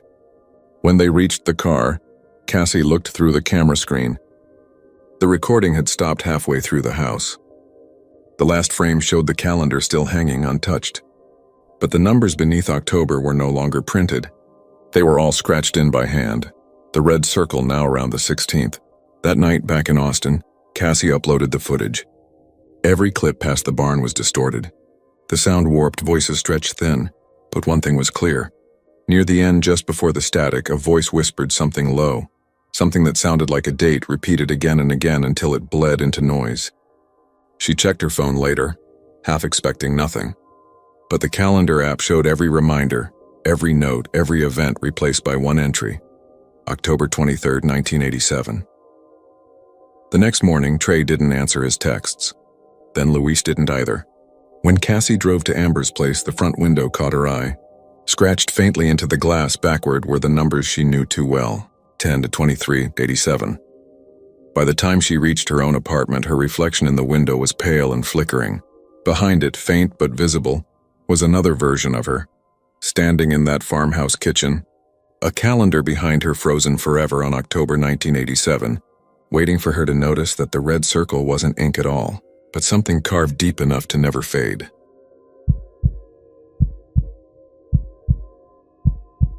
In the center of a burned-out living room sat a single wooden chair, untouched by soot, perfectly clean and still warm to the touch. The rest of the house was nothing but blackened beams and collapsed plaster, the ceiling peeled away to show the gray sky above. The fire marshal, a man named Rick Toland, stood in his heavy boots staring at it for a long time, longer than he should have. He'd seen strange things in 20 years of firework, but never something like that. Everything around it was scorched. The carpet melted into the subfloor. But that chair, an old oak thing with carved spindles and a faded cushion, looked as if someone had just stood up from it moments before. When he reached out to touch it, the wood was warm, not from the fire, but the kind of warmth you'd feel if a person had just been sitting there. He pulled back, rubbing his gloved hand against his pants, pretending not to be bothered, but it stayed with him. The warmth, the way the air seemed heavier around it. The report he wrote that afternoon was clinical, stripped of anything he couldn't justify. Suspected electrical fault in the living room wiring, no survivors, total loss. But that night, when he got home to his small house outside Abilene, the smell of smoke still followed him. He took 3 showers, opened every window, yet the scent hung on. He thought maybe it was in his head, the way certain things stick after bad scenes, but then he heard something. Just the faintest creak of wood, from the direction of his living room. He froze halfway down the hall. It was that sound again. A chair shifting under weight. He turned the corner slowly, his pulse thudding against his ribs, but there was nothing there. Just his own recliner and the blue flicker of the TV. He laughed it off, even said, "Jesus, Rick, you're jumpy as hell," but he didn't sit down. Not that night. Over the next week, he couldn't stop thinking about the house. He'd driven by a few times since the investigation closed. It sat at the end of a gravel road off Highway 83, surrounded by mesquite and charred grass, the air still holding the sour smell of burned insulation. The chair had been hauled away with the other debris, but he found out from the cleanup crew that it hadn't gone to the dump. One of them, an older man named Ken, had taken it. Said it was too fine a piece to waste. Rick called him, more out of curiosity than anything, and asked if he still had it. "Sure do," Ken said. "It's sitting in my den. Why?" Rick hesitated before answering. "Nothing. Just wanted to know if it, I don't know, smelled like smoke or anything." Ken chuckled. "Nope. Smells like wood polish. Why? Never mind. Forget I called." He hung up but couldn't forget it. The image of that chair sitting clean in a room of ash gnawed at him. 2 nights later, unable to sleep, he drove out to Ken's place just outside Buffalo Gap. The lights were on inside, but the front door was open. The old man's truck was in the drive, the engine still warm. Rick called his name but got no answer. The air smelled like ozone, that dry metallic tang before lightning. He stepped inside. The den was a mess. Papers everywhere. A lamp on its side. A single trail of dark footprints leading across the carpet to where the chair sat in the middle of the room. It was the same chair, unmistakably. Still clean, still warm-looking somehow. The wood giving off a faint sheen as if freshly oiled. Rick walked around it, keeping a few feet between them. Then he saw the ashes, not scattered across the carpet like debris, but in a distinct ring around the chair, perfectly even, as though something had burned outward in a circle. He knelt down. The footprints leading to the chair stopped at its legs, but there were none leading away. Ken was never found. His truck stayed parked out front until the sheriff's office towed it away. Rick didn't mention the chair in his statement. He said the man was missing, that was all. But something shifted in him after that. He began waking at 3:17 every morning, the same minute the fire report had logged as the estimated start time. Each time he'd wake to the faint smell of burned wood and the creak of a chair moving somewhere in the house. His dog, a big shepherd mix named Brutus, refused to enter the living room. He started sleeping in his truck, parked out by the highway. The dreams were worse there. Always the same. The house in Abilene, flames licking the walls, a woman sitting in the chair with her back to him. She'd whisper something he couldn't make out. And when she turned, her face wasn't burned but hollow, like smoke carved into a human shape. He tried to track down the original homeowner, a widow named Martha Keene. She died in the fire, but her son lived in Lubbock. Rick found him working at an auto parts store and asked if his mother had a special chair, anything she was attached to. The man nodded slowly. "That old oak one? Yeah, she used to say she talked to my dad in it. After he passed, she'd sit there for hours every night. Said if she stayed still enough, she could feel him sit with her. That's the one that survived the fire, right?" Rick didn't answer.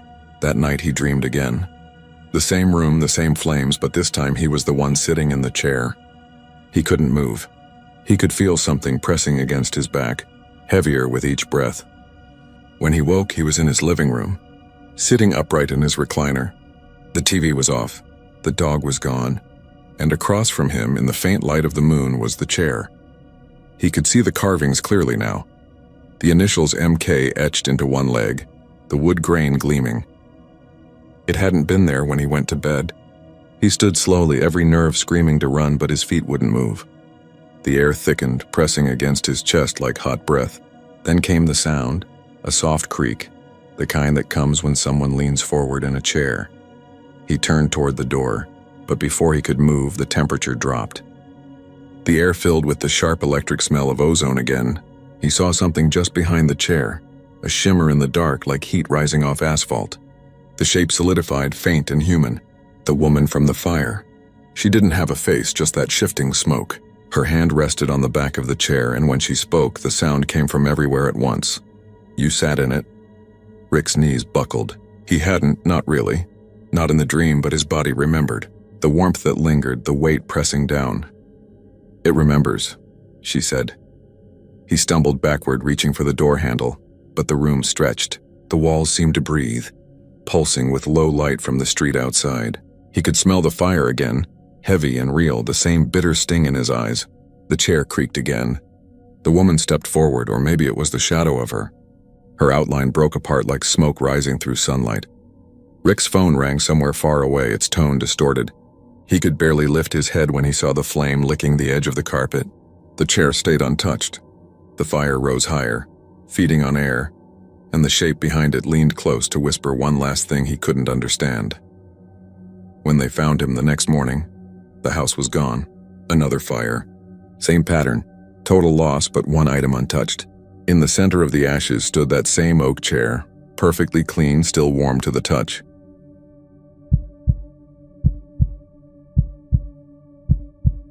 When a demolition crew began tearing down the old Dunlop house on the east side of Waco, they didn't expect to find anything more interesting than old plumbing and raccoon nests. The place had sat boarded up since the mid-90s, a sagging two-story that smelled like wet wood and regret. Most of the windows were gone, the floors soft under the boots of the men hauling out sheetrock and splintered beams. Around noon on the second day, one of the workers, Miguel, a quiet guy who'd been hauling debris since sunrise, called out that he'd found something strange wedged behind a collapsed dresser in one of the upstairs bedrooms. It was a plain shoebox taped shut and covered in dust thick enough to dull the label on the side. He almost tossed it into the trash pile before he noticed the writing. Neat cursive letters, fading but legible, spelled out, "For Clara when it's time." The words were careful, almost loving, written in blue fountain pen ink that hadn't bled with age. Miguel handed the box to his foreman, a man named Daryl, who pried the tape loose with a pocket knife. Inside were stacks of envelopes, at least 30 of them, each one addressed to a woman named Clara Ellsworth at the same Waco address. What caught everyone's attention wasn't the name, but the date stamped on the top right corner. The first was postmarked July 12, 2009, the next July 12, 2010, then 2011. Each envelope carried a date exactly 1 year apart. The problem was the house had been condemned since 1999, and the most recent letter in the stack was dated July 12, 2019, 10 years in the future. The crew passed the box around, joking about time travelers and cursed mail, but nobody laughed for long. Daryl, curious and a little uneasy, opened the first envelope. The letter inside was short, written on lined paper in the same careful handwriting as the note on the box. It read, "You've been gone 1 year now. I still see you at the window sometimes when the lights are off. I hope you rest better tonight than I do." That was it. No signature, just that. The next one was similar. 2 years now, and I still hear your steps on the stairs. I keep the door locked like you told me. I still smell you in the hall. By the fifth letter, nobody wanted to read more. Daryl shoved them back into the box, closed it, and told the men to get back to work. But word spread fast, and by the end of the day, a local reporter was on site asking questions. She called herself Anna Caldwell from the Waco Tribune. Anna had covered her share of odd local stories, old crime scenes, forgotten basements, small-town mysteries, but the letters hooked her immediately. She convinced Daryl to let her borrow the box, promising to return it after she'd looked into its history. That night, in her small apartment off Bosque Boulevard, she laid the envelopes across her kitchen table under a lamp and began sorting them in order. 31 total. The earliest dated 2009, the latest 2039. The name Clara Ellsworth turned out to belong to a woman who'd once lived at the Dunlop house in the late 1970s. According to property records, she'd inherited it from her father, a postal worker named Henry Ellsworth, and lived there until she disappeared in 1989. No missing persons case had ever been solved. Anna spent hours poring over the letters. The handwriting was steady at first, clean and deliberate. But as the years progressed, the writing grew uneven, shaky like the hand of someone fighting tremors or fear. By the 10th letter, the content shifted. Instead of grief, the tone turned desperate. "I saw your face in the mirror this morning. Not mine, I think you're angry. I'm sorry for what happened. The 11th. It's not my fault. You came into the basement. You shouldn't have." Anna's chest tightened as she read those words. She remembered reading an old police note about the Dunlop house. Something about an unfinished basement sealed off with poured concrete. Nobody had ever opened it because the foundation was unstable. The 12th letter. "You're under there, aren't you? I hear tapping sometimes. 3 knocks. I tried to stop it, but the sound always comes back." By the 20th, the handwriting had deteriorated into barely legible scrawl. "You said 10 years. 10 years and you'd stop. Please, Clara, please. Anna sat in silence, the hum of the refrigerator suddenly too loud. She checked the dates again. The letter that mentioned 10 years was postmarked 2019, exactly the same as the final envelope. She picked it up carefully. Its seal hadn't been broken. Every instinct told her not to open it. She turned it over, and on the back, instead of a return address, there was a single phrase in faded ink. Don't deliver until she knocks. She barely slept that night. The next morning, she returned to the house, which the crew had since abandoned after an inspection found mold and unstable beams. The city had locked it up pending demolition. Anna used her press credentials and some charm to get inside. The air was heavy with the smell of rot and dust. She made her way to the basement door at the back of the kitchen, the one she'd read about. It was sealed, but a jagged crack ran through the concrete wall beside it, wide enough to push her fingers into. Cold air leaked through, unnaturally cold, as if from underground. She stood there listening. At first, she heard only the ticking of her wristwatch and the faint creak of the ceiling above. Then 3 soft knocks, distinct, measured from the other side of the wall. Her breath hitched. She dropped the unopened letter, which fluttered to the dusty floor. The sound came again, 3 knocks, slower this time. She turned to leave but froze when she saw movement at the edge of her vision. The cracked wall shifted slightly, a faint puff of dust rising as if something behind it had exhaled. Anna backed up, eyes fixed on the crack. The air coming through now carried a faint smell, something like old soil mixed with the metallic scent of blood. Her flashlight beam trembled as she aimed it at the floor. The letter she dropped was gone. She stumbled backward, searching the room, but there was nowhere it could have gone. The door was shut. The floor was bare. Then she noticed something new etched faintly into the concrete wall where the crack was widest. Delivered. She ran. That night, she locked her apartment door and tried to write her story. She drafted the article twice, deleted both versions, and poured herself whiskey she didn't even drink. At midnight, there was a soft knock at her door. 3 times. She didn't move. Another 3 knocks. When she finally looked through the peephole, there was no one there. But lying on the welcome mat was the letter, the one that had vanished. She could see her own name now written across the front in the same cursive handwriting. For Anna, when it's time. The date stamped in the corner read July 12th, 2035. She didn't open it. She called a friend, a police contact, and begged him to come over. When he arrived, the letter was gone. Only the faint imprint of the envelope remained in the dust on the mat. 2 weeks later, Anna's editor received a package in the mail. It was a plain shoebox taped shut with a note on top, for Anna Caldwell when it's time. Inside were 32 envelopes, each dated a year apart. The first was 2025, the last 2056, all addressed to the same woman. None of them had ever been opened. When the editor reported the box to police, the evidence log recorded a strange anomaly. Every one of the envelopes bore a faint, greasy fingerprint pressed into the corner, matching no one in the database. All of them except the last, which bore 2. One of them was Anna's. The other has never been identified.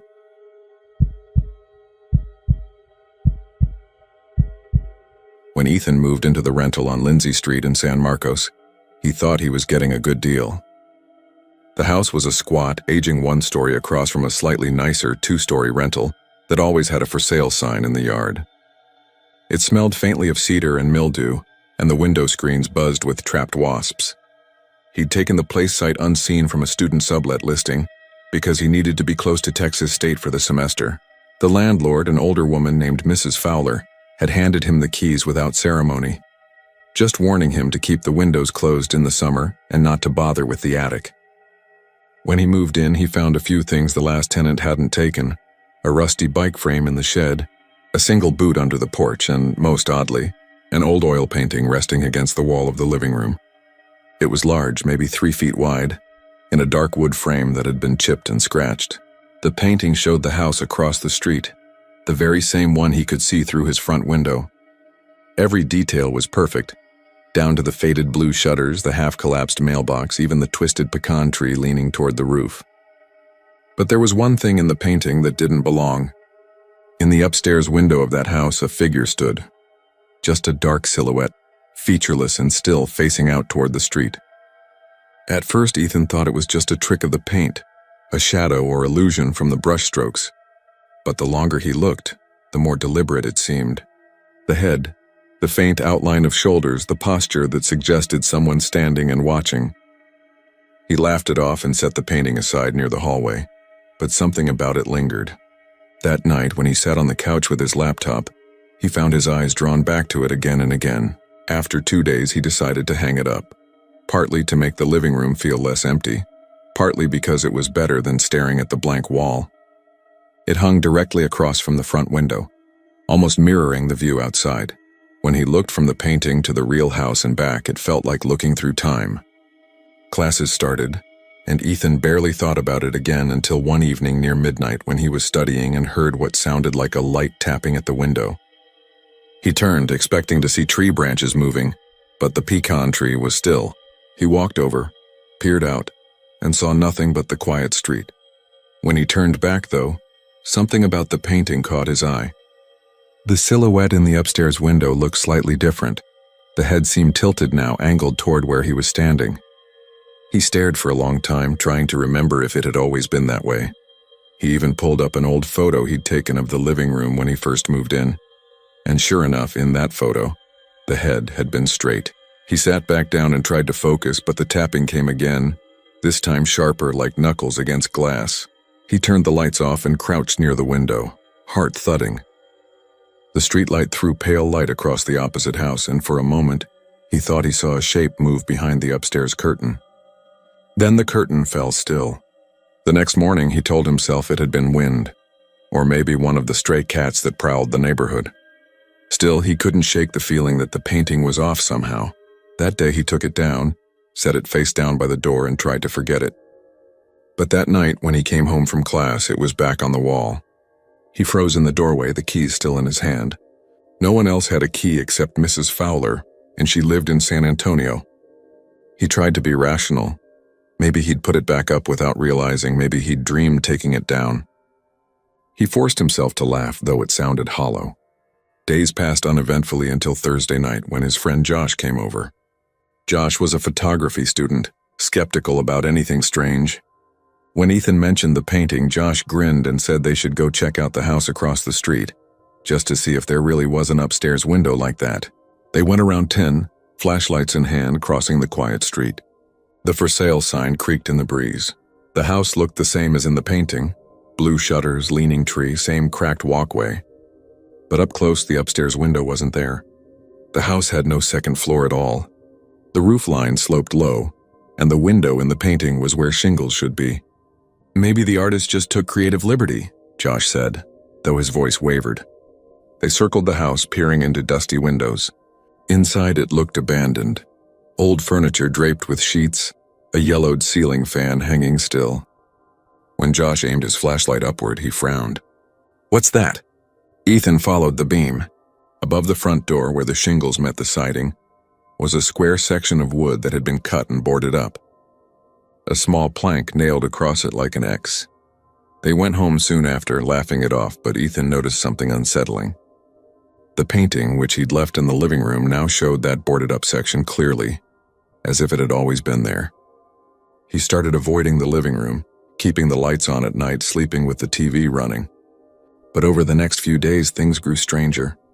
His phone would buzz with notifications showing photos taken on its camera, blurry, low-light shots of his own living room, always facing the painting. He checked the timestamps, 3:07 a.m., 3:09, 3:12, every night the same hour. One morning, he woke up to find the front door cracked open and muddy footprints leading from the threshold to the couch. Just one set, barefoot, faintly smeared as if by wet soil.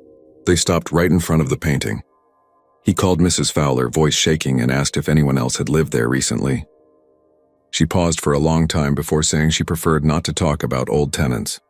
When he pressed, she muttered that the painting wasn't hers and that he should leave it alone if he knew what was good for him. Then she hung up. That night, Ethan sat awake with all the lights on, staring at the painting. The silhouette seemed clearer than ever, taller now, almost human-shaped, faintly reflective as if wet paint had never dried. The eyes, or where eyes might be, gleamed faintly under the lamplight. He picked up the painting, meaning to take it outside and throw it in the trash, but something made him stop. The figure's hand in the window, he hadn't noticed it before, was pressed against the glass.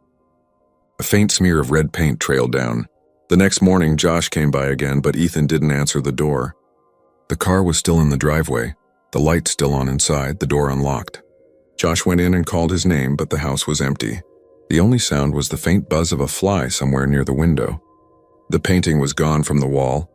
In its place, hung carefully and perfectly centered, was a new one. Freshly painted oil, the brushstrokes still glossy. It showed Ethan's living room exactly as it was at that moment. Couch, window, lamp. Except in the painting, there was someone standing outside on the sidewalk looking in through the front window. The man's face was indistinct, but his clothes were unmistakable. It was Ethan. And in the real world across the street, the boarded-up house finally had an upstairs window again.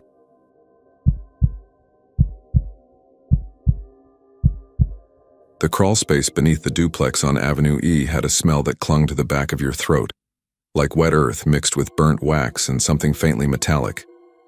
Mark Delaney had been in worse places during his years in pest control. Rotting attics, hoarder basements, old barns with snakes nesting in insulation. But this one made him pause. The house itself was from the 1940s, divided into 2 units, both occupied.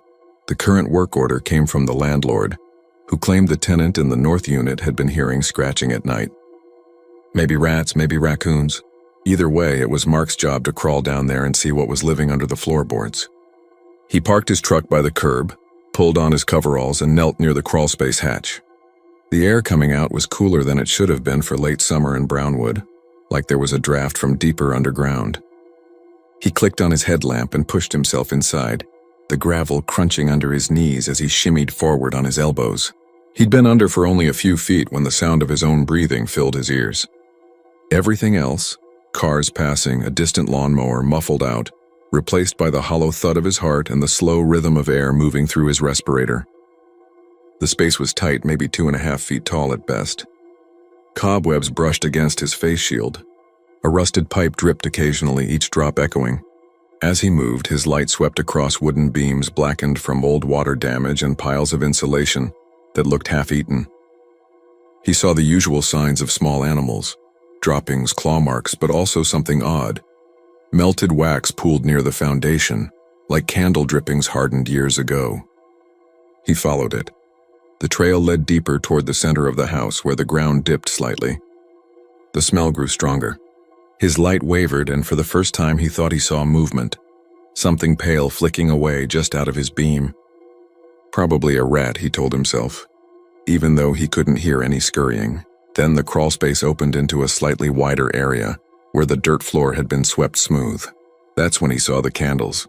A perfect circle of short white pillars all burned down nearly to the base but still upright, like someone had placed them carefully and left them to melt on their own. In the center of the ring lay a single Polaroid photograph. Mark froze. The photo's edges were yellowed, but the image was recent. It showed a woman lying on her side in bed, asleep. The flash from the camera had reflected off her nightstand, catching the soft folds of her blanket and the edge of her face. He recognized her. She was the tenant who had called about the scratching noises, the young woman from Unit 2, maybe mid-20s, brown hair, polite voice. Her name on the invoice was Lacey Harmon. He pulled off his glove and picked up the Polaroid. The dirt beneath it was cold, colder than anything around it should have been. He turned it over, and on the back, written in smeared black ink, was a single word: tonight. He backed out fast, scraping his shoulder against a beam, suddenly desperate for the daylight outside. When he finally emerged, gasping, he could feel sweat soaking through his shirt despite the cool draft. He set the Polaroid on the back of his truck and stared at it for a long minute, trying to convince himself it was some sick joke.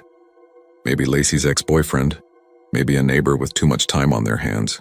But the handwriting didn't look male, and the circle of candles, that had purpose.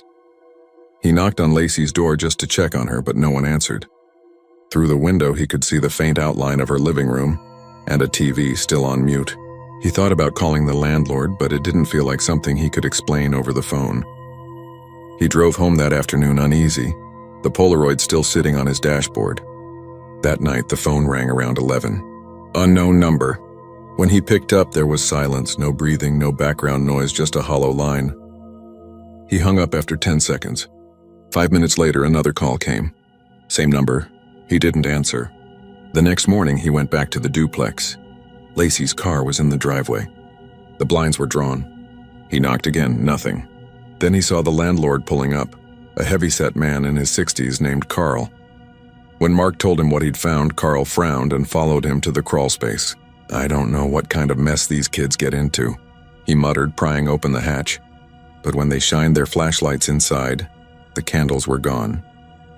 The dirt was disturbed, footprints pressed into the soil where someone had crawled back in and out.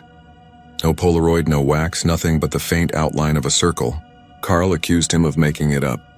Mark didn't argue. He just left. But the next evening, the story broke on local radio. Police investigating a death on Avenue E, female victim, mid-20s, found in her bed. No signs of forced entry. The announcer said her name once quietly, Lacey Harmon.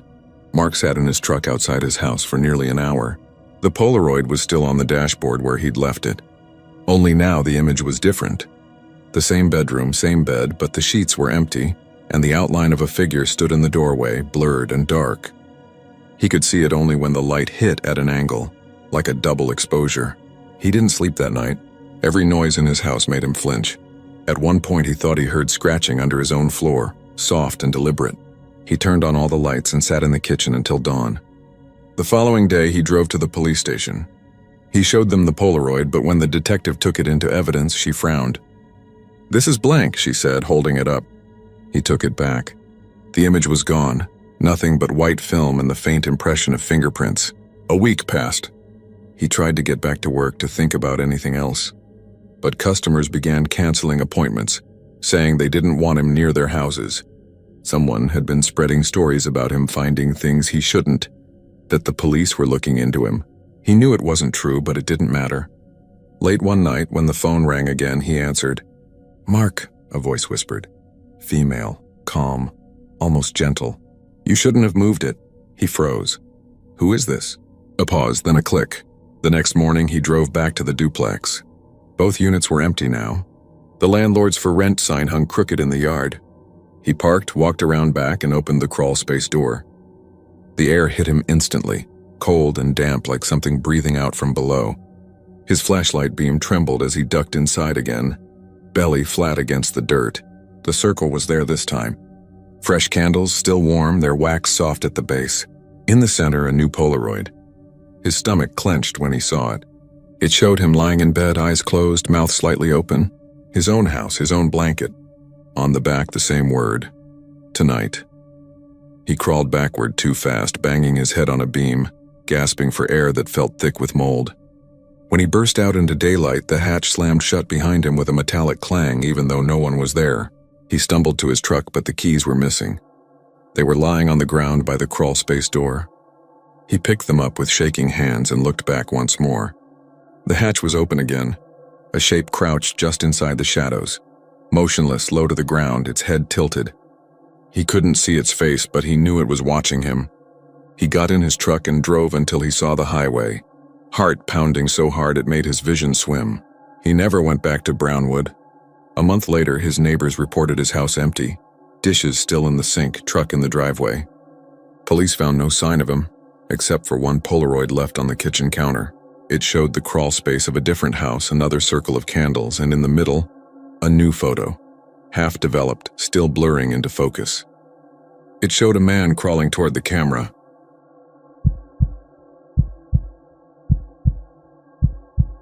When the realtor first saw the house on the edge of Huntsville, she thought it looked like 1,000 others. Low brick ranch, pale yellow siding, metal awning drooping like tired eyelids over the porch.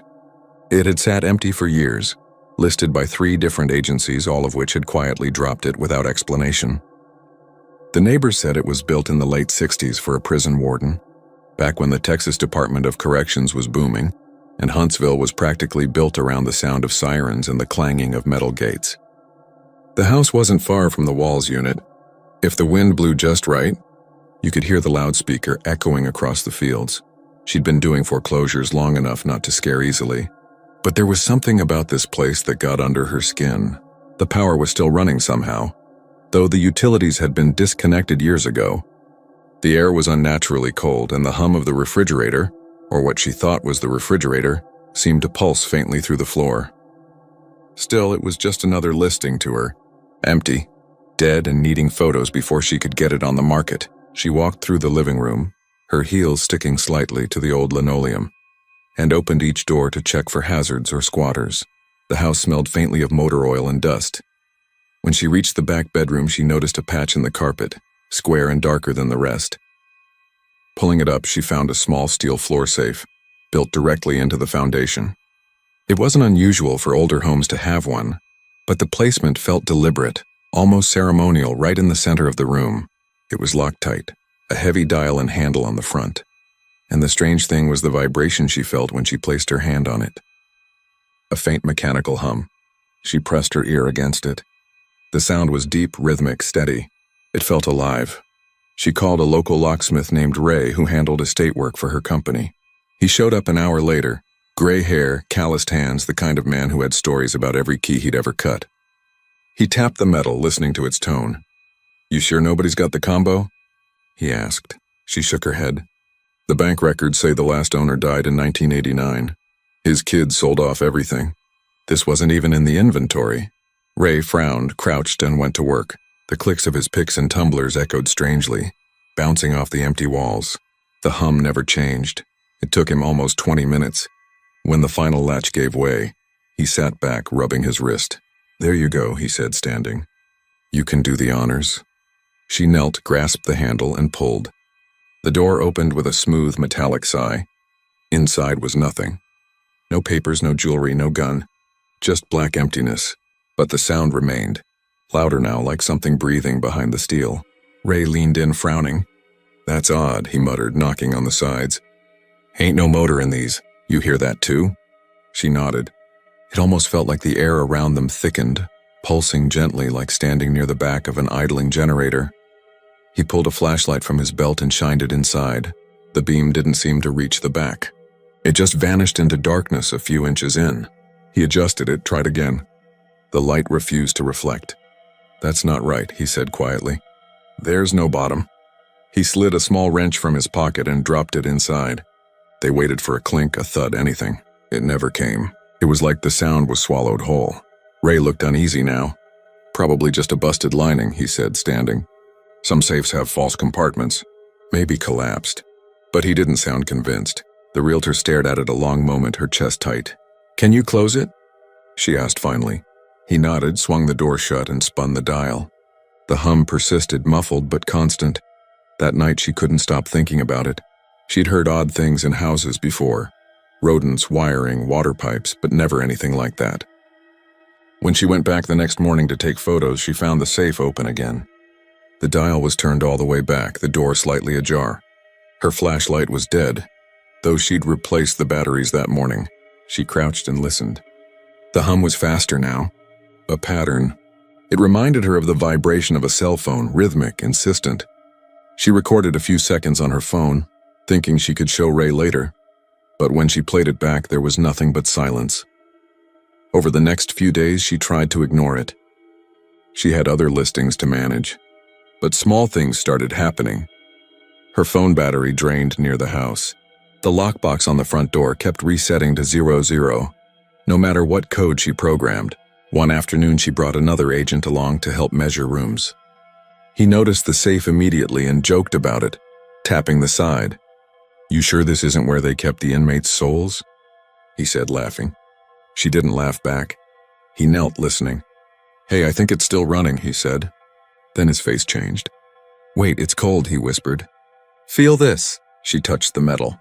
It was freezing, like ice under her fingertips, but the air around it was sweltering. When they left, his hand had a faint red mark where he'd touched it. He kept rubbing it, muttering that it tingled. She called Ray again that evening, told him what happened. He hesitated before agreeing to return. When he arrived, he had a small thermal camera and a multimeter. "Figured I'd check if there's a current," he said. He scanned the safe. The screen showed a bright white center, intense heat, but the surface was cold to the touch. "That's impossible," he muttered. He used the meter, probing around the dial and edges. The needle swung wildly even though the safe wasn't connected to anything. "It's like it's feeding off something," he said under his breath. or generating it. They pried up the carpet around the safe, revealing the concrete base. The hum deepened, vibrating the floorboards faintly. Ray tried shining his flashlight down again, then jerked back suddenly. "Something moved," he said, voice trembling. "I saw, I don't know, light, like a reflection." She peered in but saw only darkness. "Could be gas buildup, heat distortion," she said weakly, though she didn't believe it. He shook his head. No, that wasn't heat. They decided to seal it again, this time with duct tape and a heavy metal cover from Ray's truck. When they left, the air felt heavy, like walking through static. That night, Ray called her. His voice was shaky. "You hear it?" he asked. "What?" she said. "The hum. It's still in my head. I can hear it when I close my eyes. Like it's behind my walls." She thought he was joking, but he sounded terrified. The line cut off mid-sentence. The next morning, she drove to his house. His truck was in the driveway, engine running. The driver's seat was empty. The radio was on, tuned to static. The hum played faintly through it, pulsing in that same slow rhythm. She called the police, but they found nothing. His tools were still in the back seat. No footprints, no sign of struggle, just gone. She told them about the house, the safe, the vibration, but they dismissed it. Electrical noise, they said. The house was old. Concrete settling. A week later, she went back one final time, determined to finish the listing and move on. The house was silent now, no hum. The safe was still sealed, the tape intact. She took photos quickly, avoiding looking at the bedroom floor too long. When she stepped outside, she thought she felt the ground tremble faintly beneath her feet, just once, like something exhaling below the foundation. She never listed the property. She filed the paperwork as unsuitable condition and moved on to other jobs, but sometimes when she drove through Huntsville, she'd catch that sound again. A faint mechanical hum bleeding through the radio, keeping perfect rhythm with her heartbeat. When she finally moved out of Texas years later, she left her phone, her laptop, and every recording she'd ever taken in a storage locker behind a gas station. She told herself it was superstition. But on the night before she left, she dreamt she was back in that house, kneeling over the safe, and the humming stopped. She looked inside, and for the first time there was something there. It was her own reflection, smiling up from the darkness, whispering quietly that it was time to come home.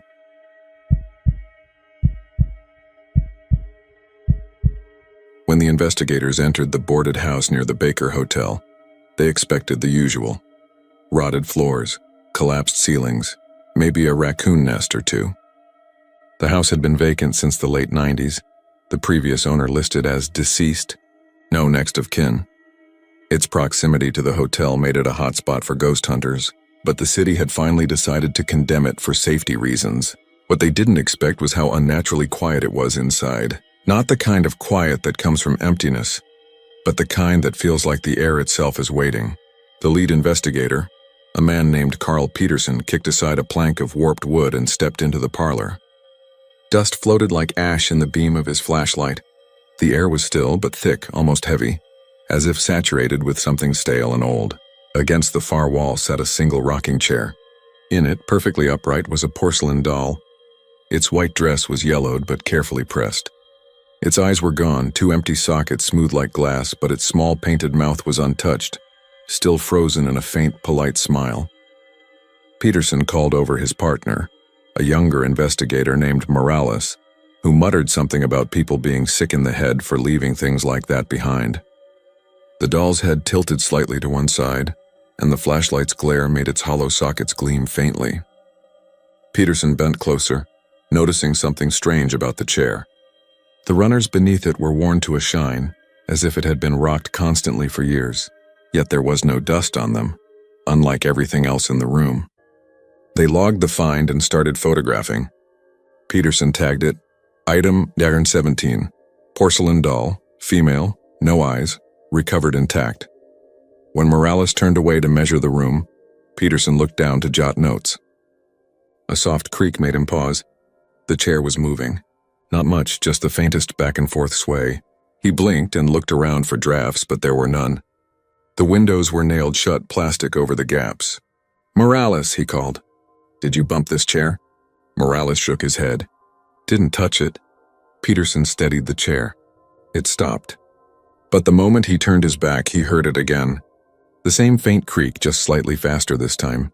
They finished up their initial sweep, marking the doll for removal by evidence techs. As they left the parlor, Morales laughed softly. Creepy thing. Bet it'll end up in one of those haunted museums. Not our problem, Peterson said. But when they looked back through the doorway before leaving, the chair was rocking harder. Slow, deliberate arcs that almost seemed timed to their breathing. Neither of them said anything. They just left. That night, Peterson couldn't sleep. He kept hearing that sound, the slow, rhythmic creak of the chair. He told himself it was just the job getting under his skin. But when he finally drifted off, he dreamt of the doll. Except it wasn't in the house anymore. It was sitting in his own bedroom, rocking steadily, smiling faintly through the darkness. By morning, he felt foolish. He went back to the site that afternoon to meet with the cleanup crew. The doll was supposed to have been moved to evidence, but when they checked the logs, it hadn't arrived. The tech assigned to it, a woman named Hensley, had left early after complaining of a headache. Her van was still parked outside the property. The back doors were open, evidence containers half loaded. The doll wasn't there, but in the dust beside the van, the outline of the rocking chair was faintly pressed into the ground as if it had sat there for hours. Peterson tried to laugh it off, but something deep inside his chest felt wrong, like he'd already seen this happen before. He called dispatch, had Hensley paged. No response. They checked her home later that night. Her front door was unlocked. The TV was on, tuned to static, and sitting directly in front of it, facing the flickering screen, was the doll. No sign of Hensley. They sealed the room, tagged everything again. Peterson refused to go back inside, though he couldn't explain why. When another officer picked up the doll, he swore he heard a faint hum coming from it, like a tuning fork buried deep inside.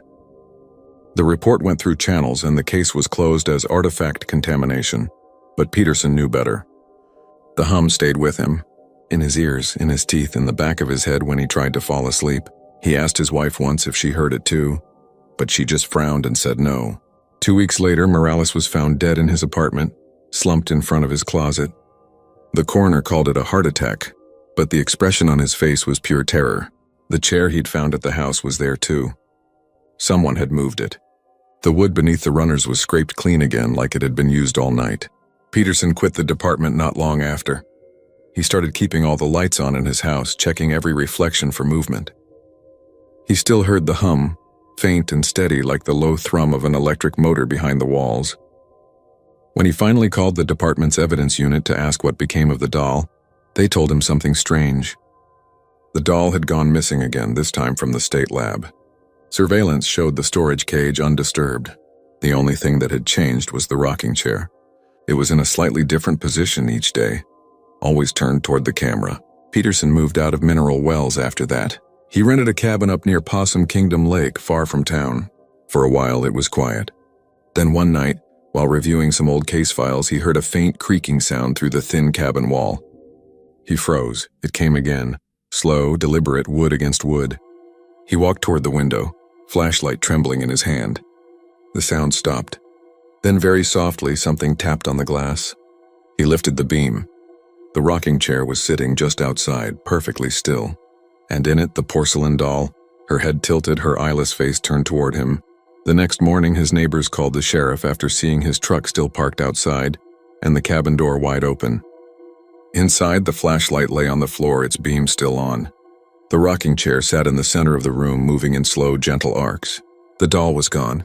To this day, no one knows where it went. But late at night, on the upper floors of the Baker Hotel, security guards sometimes hear the soft sound of a chair creaking in one of the old boarded rooms. When they check, it's empty, just dust and broken furniture. But every so often, they find small prints in the dust, tiny porcelain-shaped feet, walking away from where the chair had been.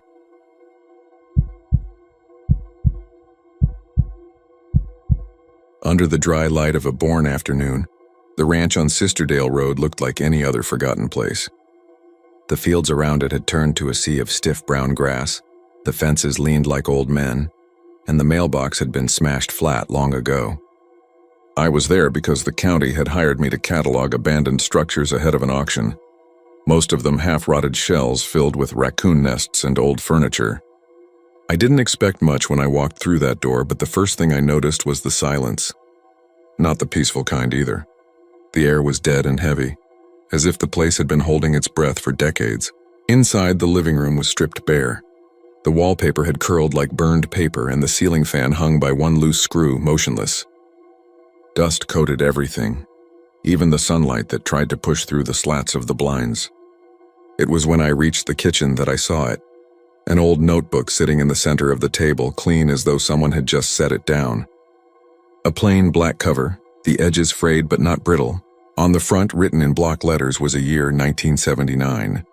There wasn't another object in the house.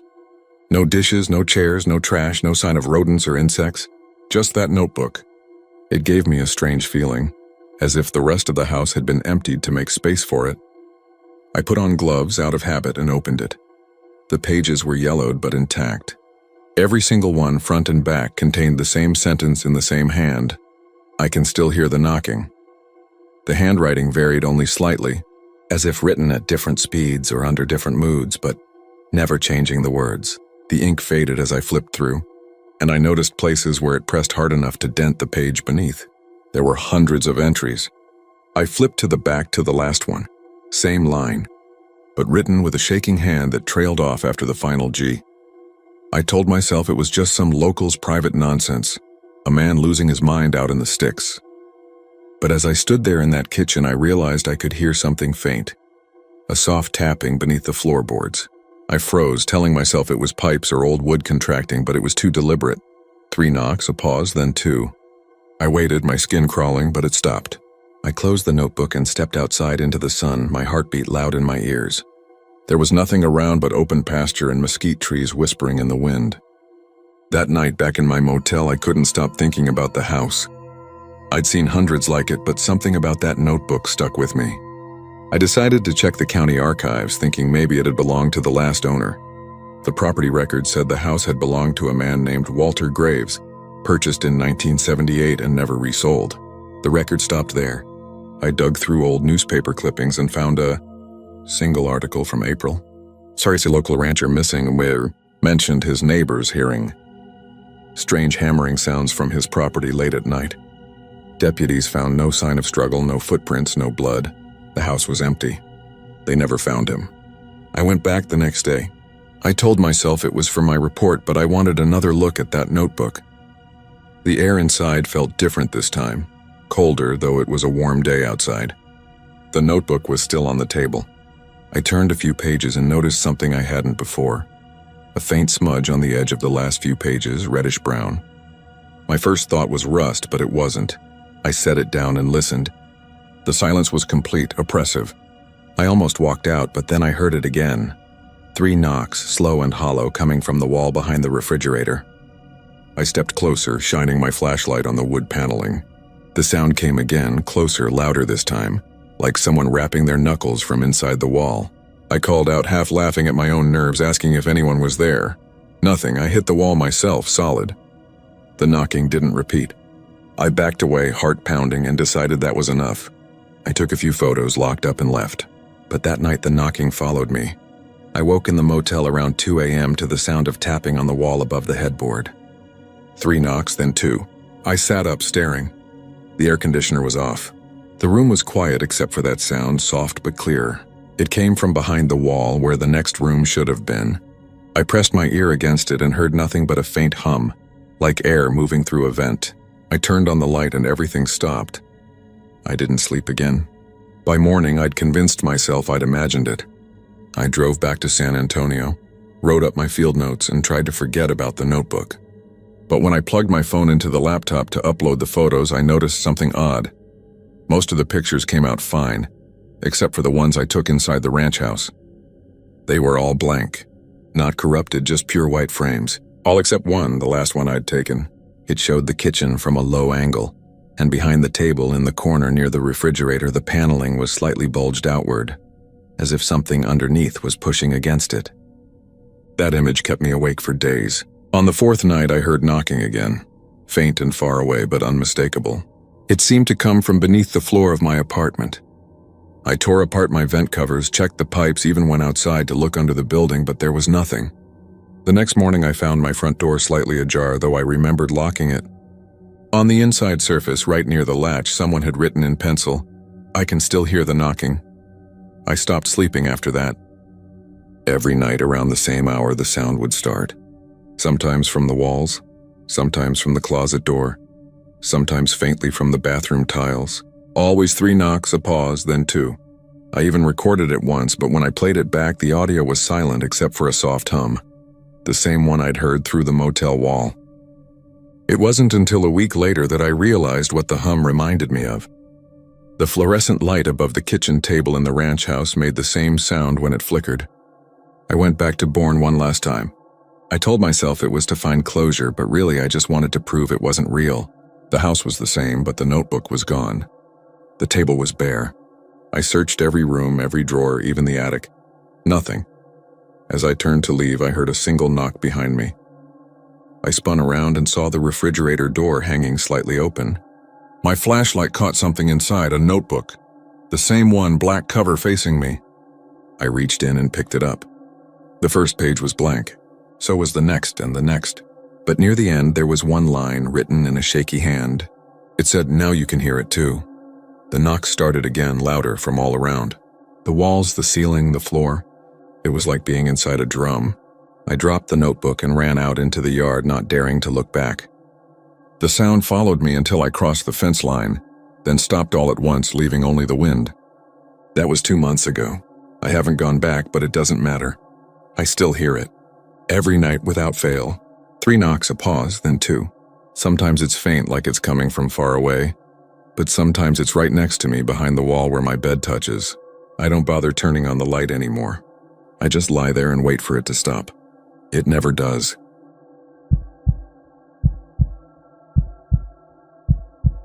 In Junction, the old trailer sat like a carcass by the river bend, half collapsed under the weight of its own rust and rot.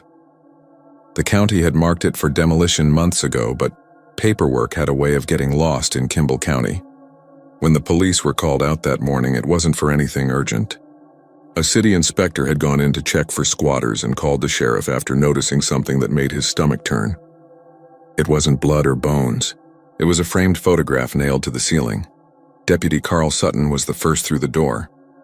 The air inside smelled of mildew and mouse droppings, and the floor sagged with every cautious step. The place looked like it had been abandoned for decades, faded linoleum curling like old parchment, walls yellowed with nicotine stains, and a refrigerator door hanging open like a slack jaw. But what froze him was that photo, hung squarely above the living room, gleaming under his flashlight. He climbed on a broken coffee table to get a better look. The frame was old oak, cracked at the corners with 4 nails hammered clean through the corners into the ceiling. Inside was a photo, glossy and clear, showing this very room. Same walls, same window, even the same overturned couch. But there was something else. Someone standing exactly where Carl was standing. He leaned closer, heart beating harder. The figure in the picture wasn't blurry or ghost-like. It was solid. A man in a dark jacket, his head tilted slightly down, face hidden in shadow. Carl's radio crackled behind him, making him flinch so hard the table nearly collapsed. He steadied himself and took a step back. "Sheriff, you're going to want to see this," he said. By the time Sheriff Doyle arrived, the afternoon had turned hot and still. The cicadas screamed outside. Carl showed him the photo without saying a word. Doyle studied it, brow furrowed. "That's you," he said. "Right there where you're standing now," Carl nodded. "Yeah, except I never took this photo and this trailer's been empty for years." Doyle's eyes tracked the rest of the room, his hand brushing the wall as if feeling for hidden wires. Maybe somebody staged it. Photoshop prank, something stupid. "Print's old," Carl said. "Glossy paper, chemical smell." "Real film," Doyle exhaled slowly. "We'll bag it. Get forensics to take a look." But that didn't happen right away. The trailer had no power, no light, and by the time they'd finished sweeping it, dusk had fallen. They decided to return in the morning. Doyle told Carl to lock up and take the photo down for evidence. Carl climbed back onto the table. The frame resisted when he pulled. It felt as if the nails had melted into the ceiling itself. He yanked harder and heard a snap. The whole frame came loose, nails clattering to the floor. He turned it over in his hands. There was no backing, just the photograph pressed directly against glass. Behind it, stuck to the wood, was another photo. He peeled it loose. This one showed the same room again. Only now there were 2 figures. The man in the dark jacket and another shape in the far corner, half in shadow. He felt a chill crawl up his spine. The second figure was shorter, hair hanging over its face, standing exactly where the doorway to the kitchen was. Carl turned his flashlight toward that spot. Empty, just peeling paint and broken linoleum. He put both photos in an evidence bag, locked up, and drove the short distance back to the junction station. That night, the photos sat on his desk, facing down. He didn't like the idea of them staring up at him. Around 2 in the morning, Carl woke up in his apartment to a noise. Soft, rhythmic tapping. He thought at first it was the air conditioner knocking against the window, but the sound was steady and deliberate, coming from above.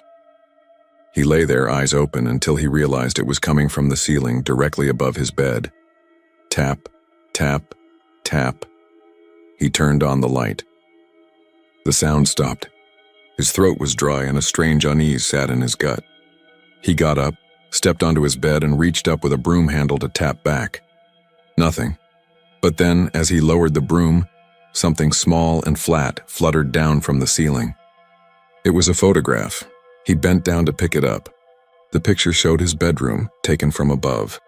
He was in bed, asleep, the light from the window outlining his form. The timestamp printed in the corner read 1:47 a.m., 3 minutes ago.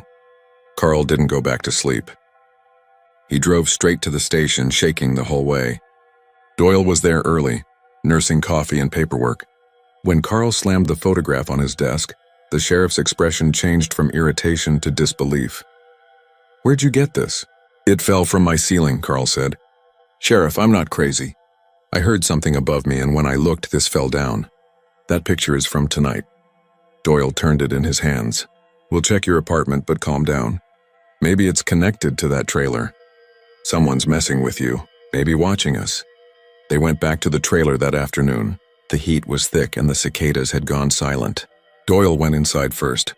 Carl followed close, his flashlight tracing the corners of the room. The spot where the framed photo had hung was empty now, a square patch of cleaner ceiling marking where it had been. But as Carl looked closer, he noticed faint dark spots around it. 4 new nails hammered in again and a new photo. He stopped breathing. It was the same kind of frame, same wood. Inside, the photograph showed the living room again. Doyle was standing where he stood now, one hand on his belt. And behind him, near the doorway, was Carl, his own expression captured mid-step, mouth slightly open, eyes turned toward the ceiling. Carl's flashlight flickered, then went out. Doyle turned around, face pale. "Carl, how the hell—" The ceiling above them creaked. They both froze. A scraping sound followed, slow and deliberate, like furniture being dragged. Dust drifted down in soft spirals. Doyle drew his gun, motioning for Carl to check it out. Carl hesitated, then found the ladder out back and climbed up to the roof. The trailer groaned under his weight. When he reached the spot above the living room, he saw something half buried in the tin roofing. A wooden picture frame nailed flat to the metal. It wasn't the same one. This one was smaller.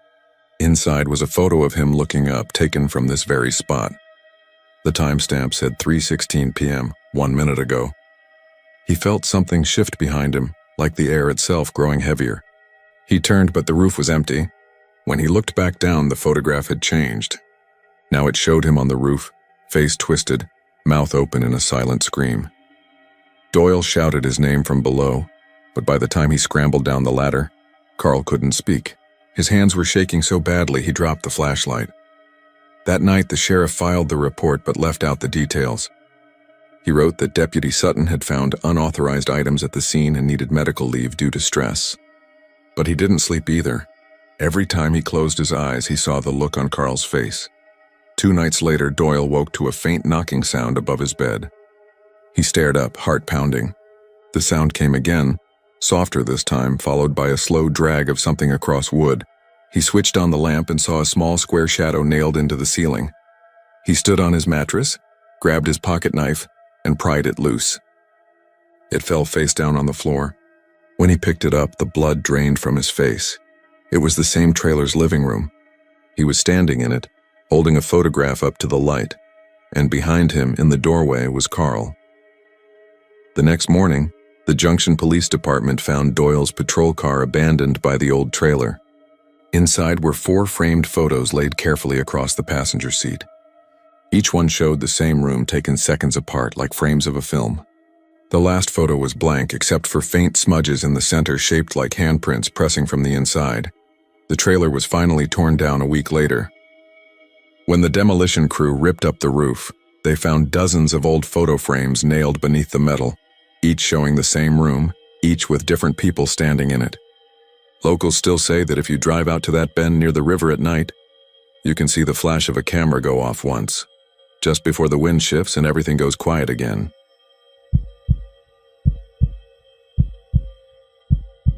When we pushed through the gate, the iron gave a little sigh, the way a porch swing does in a storm. The house on Blanco Street stood under a crown of pecan limbs, the bark scaled and silver like a fish pulled from the river. In Austin, you can smell the heat when it's trapped inside old wood, and that morning, with the sun coming up behind Mount Bonnell and the city not yet fully awake, the place reeked of baked joists and dust that had learned the shape of everything. We were a small crew with a small dream, the kind that comes cheap and leaves slow. We had a producer named Terry who wore a UT cap until it nearly fused to his head, a camera guy called Angel who still had the patience of a church usher, a lighting tech named Lila who could thread a stinger through any tangle, and me, Ethan, the one who thought the right location would do half our work for us.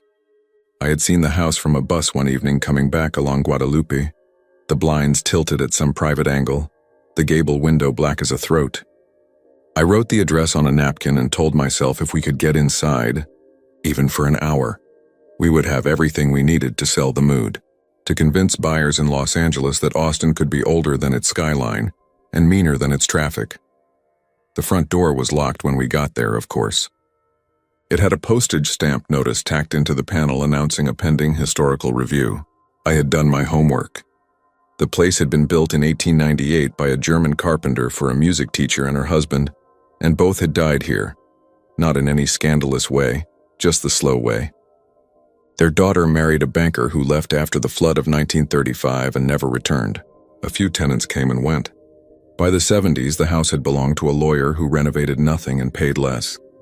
Then silence. The real estate agent said we could look if we didn't touch and didn't film, which meant I'd promised to keep our gear in the van until we got permission. Terry is allergic to rules. He brought everything. The porch groaned when we stepped on it. The bell pull by the door was cold even in that heat.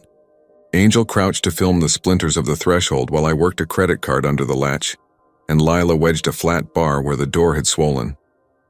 When we got it open, the smell came out before the darkness. It smelled like a piano bench that had kept 1,000 hands worth of oil, like mothballs that had given up desire, like something wet and old that had decided to pretend it was dry. The foyer was a little cathedral of stale air. Wallpaper leaned away from the lathe in long curls. There was a staircase on the left that made you want to whisper, as if you were stepping into a church after the hymn. The living room opened on the right. Its bay window looked toward the street through lace curtains the color of tea, and there against the far wall, as self-possessed as a guest who has outlasted the party, stood an upright piano. I knew enough about pianos to recognize it was not a cheap one. Mahogany case, carved panels, a fallboard worn to silk where the heel of a hand would drop to close it. A name in gold script above the keys read Kruger and Zone, New York and Leipzig, and there was a little inlay of mother of pearl at the corners. Where there should have been weight and sag, there was steadiness. Angel walked around it with the camera like he was circling a sleeping dog. The house groaned once and then settled as if glad we had finally arrived. "Flip a key," Terry said. "We're burning light." The agent's warning rang in my head, but only as a dim bell. It looked too perfect to be dead. Lila lifted the fallboard and we saw the keys in long white rows, a mouth full of teeth that had never yellowed. The action looked clean. The hammers peered through like tiny furred heads. There was dust everywhere else in the room. A fur of it on the mantel, a drift on the sills, but the keys were almost clean. Someone had sat here recently or something had. Angel framed tight on the middle of the keyboard. "Just a soft one," he said. "We'll say we found it like this. We won't touch anything else." I slid my index finger onto middle C, let the pad of it rest there and pressed. Before the piano had time to speak, the voice came from inside it. "Don't," it said, the word dry and intimate like breath across paper. Every hair on my arms bristled to attention. Lila took a step backward, and the light stand tapped the baseboard. Terry laughed once and then didn't. We stood there looking at the mouth of the piano as if it was a trapdoor. I felt the key under my finger, a neat rectangle of cool, and I realized I had not pressed it all the way down. The string had not had its say. I lifted my hand and placed it by my side. The house breathed again and again fell still. "Someone in the house?" Terry whispered. "There's no one," Lila said, but you could hear the hope in it. I walked around the piano and looked behind it. The wall was smooth plaster the color of a bruise. I eased the bench away and tilted the instrument just a hair to peer under. The guts of it hummed without sound, a suggestion in the metal, the tension of 100 strings drawing themselves like a posture. Angel shot the back. The panel was screwed tight. There was no place for a person to crawl inside unless they were willing to become part of the harp. Terry regained his voice. "That's fantastic," he said. "It's probably resonance. Somebody's got a radio on somewhere and the sound caught in that box. Keep rolling." "Lila, let's open some curtains." Ethan asked it a question. I didn't want to ask it anything. The word had been as clear as a face in a mirror. It had not been angry or loud. It had been almost apologetic, the way a hand might touch your shoulder in a crowd and turn you aside from a curb you hadn't seen. Angel leaned in. "We're doing the short doc about found spaces," he murmured, like briefing the thing. "Working title, Empty Rooms. We're friendly. He's a gentle director. I'm an excellent cameraman. We won't hurt you." "Don't help," Lila said. I put my palm on the fallboard to close it and thought of the agent's voice warning me a second time. I didn't close it. I reached and touched middle C again, very lightly, and didn't press. The low thunder of Mopac drifted in through the lace. The far shift change of birds in the pecans. The hush got deeper. That hush of Texas heat that makes you listen to your own blood. "Hey there," I said. "We heard you. We will stop if you want. We just wanted to hear the instrument." A small pause. You could fit a heartbeat in it and feel it expand. Then the same rough whisper coming from the darkness behind the keys, the breath like paper again. The vowels dry. "Don't." It was not a threat. It was an instruction, a plea wearing work boots. Lila had one hand on the light stand and the other on the windowsill. Terry was trying to position his cap so the bill didn't hit the crown of his head when he looked up. Angel had lifted the camera to his eye. We have all had the moment when we know we should not go forward and something in us lifts a foot anyway. "Just a half to press," Terry said, as if he were negotiating a parking ticket. "We need a note in the can." I put my finger on D instead. My skin remembered where the piano lived in the body of sound. I pressed a hair more. It was not quite disobedience. It was human. The tiniest hammer inside began to move. A little felt head drawn on a path toward a wire held at a tuning no one had enforced for decades. 3 things happened at once. The string began to speak. The voice inside the piano breathed in. A sound so slight you could mistake it for the memory of a breath. And somewhere in the house, a door upstairs swung closed. The note rang clear as a glass dropped into a sink. It was not perfect, but close. Whoever had tuned it had done a job that lasted. The voice did not interrupt it. The breath finished like a page turned. Then from above, the same word again, the air run backward through teeth. "Don't." We all looked at the ceiling as if it would show the word in raised lettering. It did not. The note died. The house collected itself. A wasp, drunken and polite, slid along the inside of the lace and found its exit. Terry clapped his hands once. "We are blessed," he said. "We will be respectful. We will take nothing. We will leave a gift on the mantel. We will get our wide shots and our dolly down the hall, and then we will vacate this fine temple." No one told him that temples kill the wrong worshippers. We set up fast. The dolly track went down on cracked floorboards. Lila's sandbags kissed into place. Angel took a long, slow push toward the upright, while I tried to put together a narrative that would accommodate a talking instrument without tipping us into hokum. I stood by the staircase and thought of Austin as a dress with a hidden lining. Riverside joggers and taco trucks on the skin, and underneath this old hush thing, where a piano could keep its voice alive like a moth keeps powder. In the dining room, a stack of sheet music grew from a chair seat like a pale fungus. Titles in German, Schumann and Brahms, someone's neat slanted notes penciled in the margins. In the kitchen, a tea tin sat open and empty, a little round ghost of aroma that breathed anise when I lifted the lid. The back porch was knuckled with vines. On a small table by the door lay a tuning fork black with tarnish, and a leather case with a pocket for pegs. When I lifted the case, I felt the shape of a slender steel hammer inside, worn smooth as a worry stone. The name inside the flap was written in fountain pen that had bled to a blue fog, an initial M and a last name that could have been Kruger, or could have been anything the house wanted to hide. I carried the fork to the living room and set it on the mantel. It felt like returning a coin to the mouth of a statue. Angel made the slow push. Lila checked levels. Terry stood in the bay like a maestro about to argue with the orchestra. Outside, a car idled and then passed. The pecan leaves made their little hand clap in a wind you could not feel. We did our first pass with no sound, just the glide, the room falling toward the instrument. Then Lila raised the boom and I went to the bench and sat. It had the right give. You can tell if a bench knows its sitter. This one knew everyone who had ever put grief or happiness on it, and was not impressed by either. I didn't touch the keys. The fallboard was up. The black of the soundboard stared back with polite attention. "Introduce yourself," Terry whispered. "My name is Ethan," I said to the dark. "We don't want to disturb you. We want to hear the house." For a long moment, there was only the faint tick of the camera's mount settling. Then from inside the piano, the dry whisper again, the word unchanged. "Don't." Lila's eyes flicked to mine over the top of the boom. Angel held steady. I found my mouth making explanations I did not believe. "We will not stay long. We will keep your name private. We will lock the door behind us. We will not sell tickets." The whisper did not answer. It simply rested there like a warning left on a step. I felt a second voice behind it, not speaking but present the way a closed closet is present in a childhood bedroom when the light is off. The piano felt like a skin. Under it, something else had its own sense of touch. When the second take ended, Terry made the motion for one more. His hand described a small circle like he was winding up a toy. I made a decision without telling the others. I decided to honor the warning. I did not press any keys.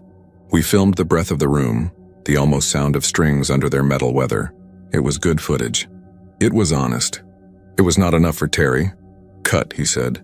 And then, before any of us could react, he stepped to the keyboard, planted his cap on the bench where I had been sitting, and with his index finger stabbed at the high end where the tiny wires sing like gnats.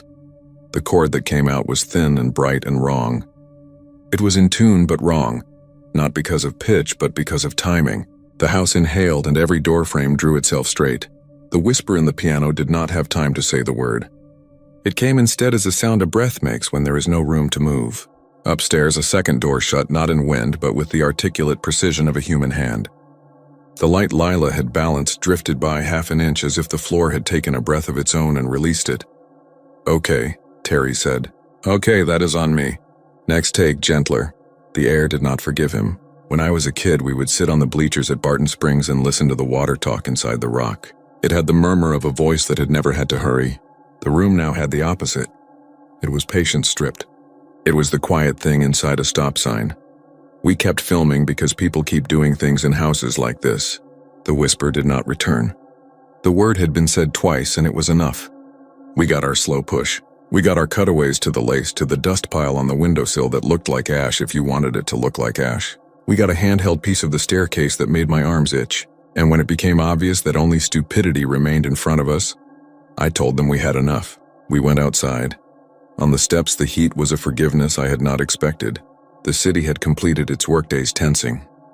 You could hear I-35 like a long zipper. An old man in a hat walked a dog that wanted to smell every particular of our shoes. We stood there and breathed what passed for decision. "We come back at twilight," Terry said. "We get the exteriors with the sky doing its purple thing.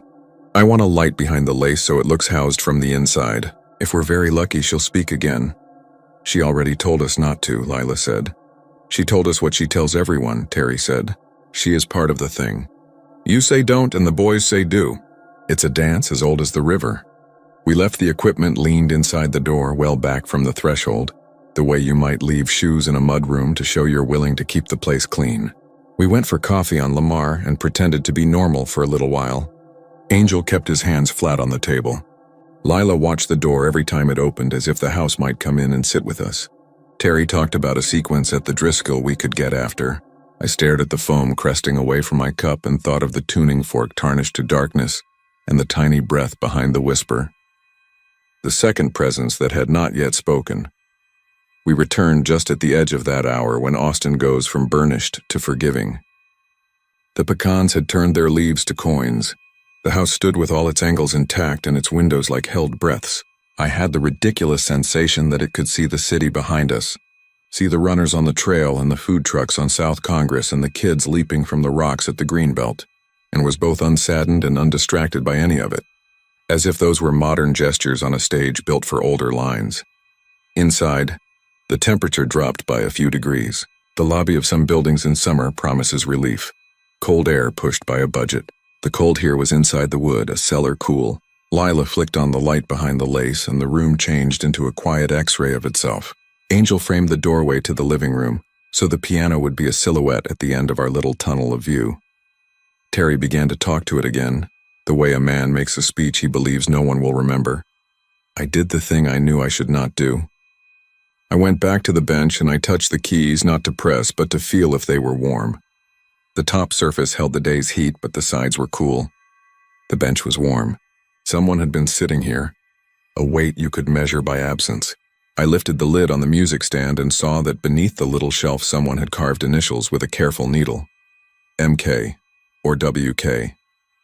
Knife marks always tell the truth when ink will not. The voice I had not yet heard cleared its throat behind the board. I should say now what the second voice was, or what I believed it to be.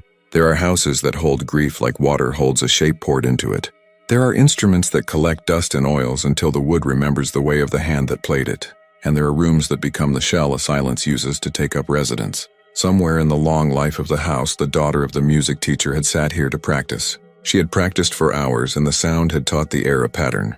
When the flood came and the husband left and did not return, she kept practicing. Austin grew around her like thrift. Years peeled. The lawyer moved in and did not repair, and she kept practicing. In that practice, she invited something that likes repetition and patience. It moved in behind the soundboard where the wires crossed like a harp. It learned to breathe through wood. When she died, it stayed. It is not evil as we count evil.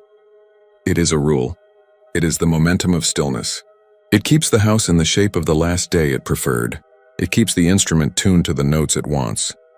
It is jealous only of interruption. And when it must speak, it has the first word and almost never the second. I didn't know all that then. I knew it in pieces that would only feel true when it was too late to use them. What I knew then was that if we stayed and tried to capture it, we would have to give it something in return, and none of us had anything we wanted to leave. Terry raised his hands like a conductor, and Angel began the slow creep toward the keyboard, the lens swallowing the room inch by patient inch. Lila kept the boom low, the capsule angled just so to catch the cave of the case. I took my hands off the keys and folded them like a man at prayer. The whisper came again, not inside the instrument now, but from the staircase behind us, the same dry friction of breath across paper. Taunting Angel flinched and the camera dipped and came back up. Lila turned, the boom drifting so as not to scratch the paint with the shock. Terry grinned at the staircase as if a friend had played a prank. Then he did something so simple it still feels like a small betrayal to say it out loud. He reached and pressed the lowest key on the left. The string hummed a long, dark note that rolled like a truck down a hill. The word on the staircase fell silent. The note died with a question mark in it. Terry pressed it again. The second voice spoke at last. It did not make a word. It pushed air through the house in a way that made all of us think of our mothers calling our names in a tone that meant the back door was open and we were not to walk out. The hair on my arms ratcheted another notch. The lights did not flicker. The room did not telegraph danger the way bad movies teach you. It just made a decision and we were inside it. "Do not press a third time," I said, which felt like a ridiculous sentence until the room made it feel like the only one. Terry took his fingers away. He is not as much of a fool as he pretends. He nodded toward the mantel where the tuning fork lay like a tiny black bone. "You want to offer that?" he asked. "I think it belongs here," I said. "I think it belongs inside," Lila said, and it was a sentence that changed the shape of the day. We all looked at the piano's top. Angel angled his light. The top was hinged like a coffin, and in that moment the simile did not feel cute. There were screws along the base side that might yield to a firm hand. The rational mind explained that someone had placed that tuning fork on the mantel, because they had used it here and would use it again. The other mind, the one that listens to the deep country of houses, knew you put gifts inside. I'll do it, I said to the thing. We'll open you and place it gently and then close you and leave. The hush accepted that as a sentence a person might say. No gust of wind objected. No door shut upstairs. The silence waited. We lifted the top. The smell that came out was both sweet and sharp, glue and wool and a hint of lavender that had fallen out of the air decades ago and had nowhere else to go. The harp inside gleamed. The listening of those strings was not a metaphor. It was a physical sensation in the chest, a neighborhood of metal that had held tension for 100 hot summers and 100 unthreaded winters. The pins sat tight in their block. The dampers looked alert as eyelids. If the house had wanted a heart, it had made one here. I leaned and set the fork atop the plate between two notes that had not been struck since the week of the Johnson administration. When the fork touched the metal, a thin sound rose, a polite inquiry, nothing like a scream, nothing like the show Terry privately wanted. The sound did not die. It stood there in the air, a straight thread. Lila's eyes filled in a way that had nothing to do with fear. Angel held steady. Terry took off his cap. The second voice breathed again. Closer now, not behind the soundboard but in front of it, like a person who has stepped between you and the thing you were looking at to be sure you see them. The breath said no word. It said the idea of the word. It made a shape in the air that let you imagine the word. It pressed against my face with the cool of a cellar and the pressure of a hand that cannot hold for long. Then it withdrew. We closed the lid with the care you give a sleeping child, though none of us have ever closed a child. I backed away and nodded to the room as if it could see my mouth. Angel got a last shot of the bench. Lila killed the backlight. Terry made sure the fallboard was down and then noticed he had set his hat on the keys and lifted it with an apology. We left. As we stepped into the last of the light, the city did a thing it does when you do not deserve it. It made everything ordinary. Cars went by with their radios up. Someone in a little ranch house across the way watered a hose into dust, and the dust lifted its own small blessing. A dog barked and then apologized with a circle. We got into the van and said nothing until we were over the river, and the lights on the bridge pretended to be fireflies. Terry cut a rough assembly that night in an office near South First where the AC likes to freeze the top of your head and leave your legs sweating. The footage was beautiful in a way that made us all feel a little less necessary. The whisper came through the boom clean. When the voice said don't, the waveform on the screen looked like the shadow of a narrow house. We all kept stopping and rewinding. At 2 a.m, I told them I needed to sleep and they nodded. Angel said he would back up the files and lock the office. Lila said she would label the reels where a label would matter. Terry said he'd watch one more time. They all said ordinary things in ordinary voices, so the other thing would not need to listen. I walked home along the quiet spine of a street that has never learned it could be popular.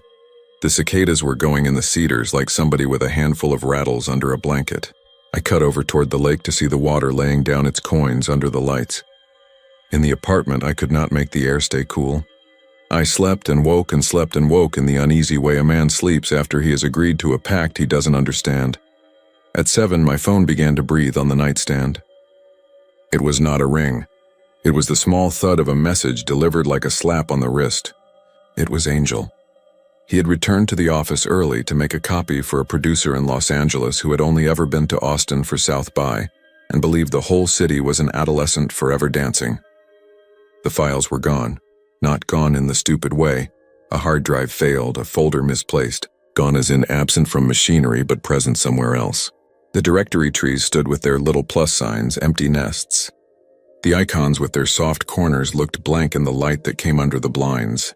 The backup drive that had taken an hour to fill had an hour erased from it like a chalkboard. Angel had sat with his hands on the table again. Lila had walked in with coffee and put it down and put her knuckles on the table next to his as if that would keep it from buckling. Terry had not put a hat on. I dressed and went. In the office we said the words you say, that there must be a logical cause, a simple accident. We unplugged and replugged. We downloaded a little software that promises to resurrect files with the confidence of a man selling cures on a courthouse lawn. Nothing returned. The place in the directories where the audio lay was still warm. You could feel how recently the loss had sat there. I told them we needed to go back to the house.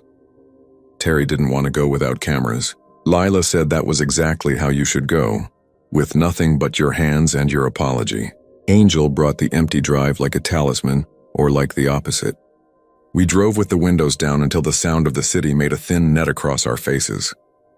I thought about the tuning fork sitting in its new home and felt a treachery loosen itself in my gut. We had given the house something, and it had taken something the size of it in return. At the gate, the iron sighed the same way. The pecans made their small hand clap. We went inside. The foyer smelled like itself. The living room held the same hush, the same lace light, the same polite black stare of the soundboard under the raised fallboard. I went to the bench and sat as if I had been expected. "Someone took what we recorded," I said to the dark. "We don't ask for it back. That was payment. But there are parts of it we need that are not sound. They are memory, and those we ask to keep. If you want us to leave you alone, we will. That is the end of our promise." The whisper did not answer. The house listened. A car passed outside with a bass that made the glass tremble like a boy's lip. Angel stood with the drive in both hands like an offering bowl. Lila rested the tips of her fingers on the lid of the instrument without pressing. Terry tried to pull his cap brim low and the crown refused him, a small chastisement. Upstairs, a door that had shut itself opened. I heard it swing with the slow, careful hinge of an old thing doing an adult job. Lila looked at the staircase. Angel looked at me. Terry looked at the floorboards as if the grain there would tell him which way to step. I stood and went to the stairs. When I put my foot on the first tread, I felt the cool climb through the sole of my shoe into my bones. I climbed. At the top, the hallway ran toward a window where a small square of sky sat like a stamp.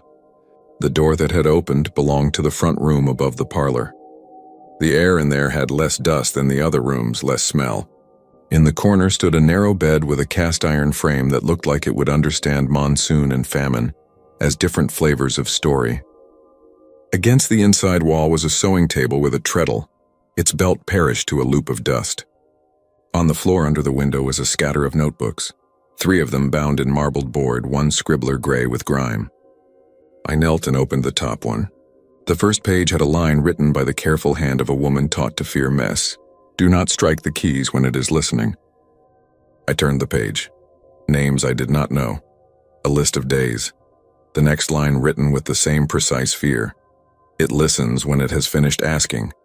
When I play after that, it comes closer. When I do not, it goes to the stair." I turned another page. The ink had lightened as if the hand began to doubt its own existence. I heard it once down in the soundboard. It did not want a word. It wanted my restraint. "I am writing this so that whoever finds it will see the thing that cannot be drawn.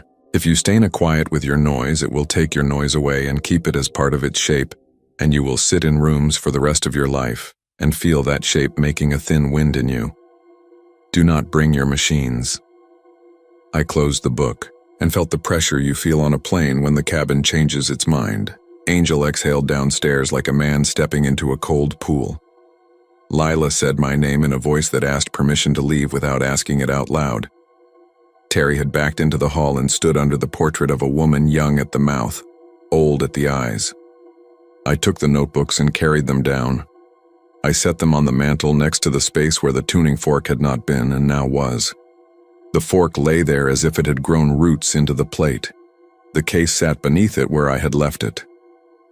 The house accepted the return as a cashier accepts exact change.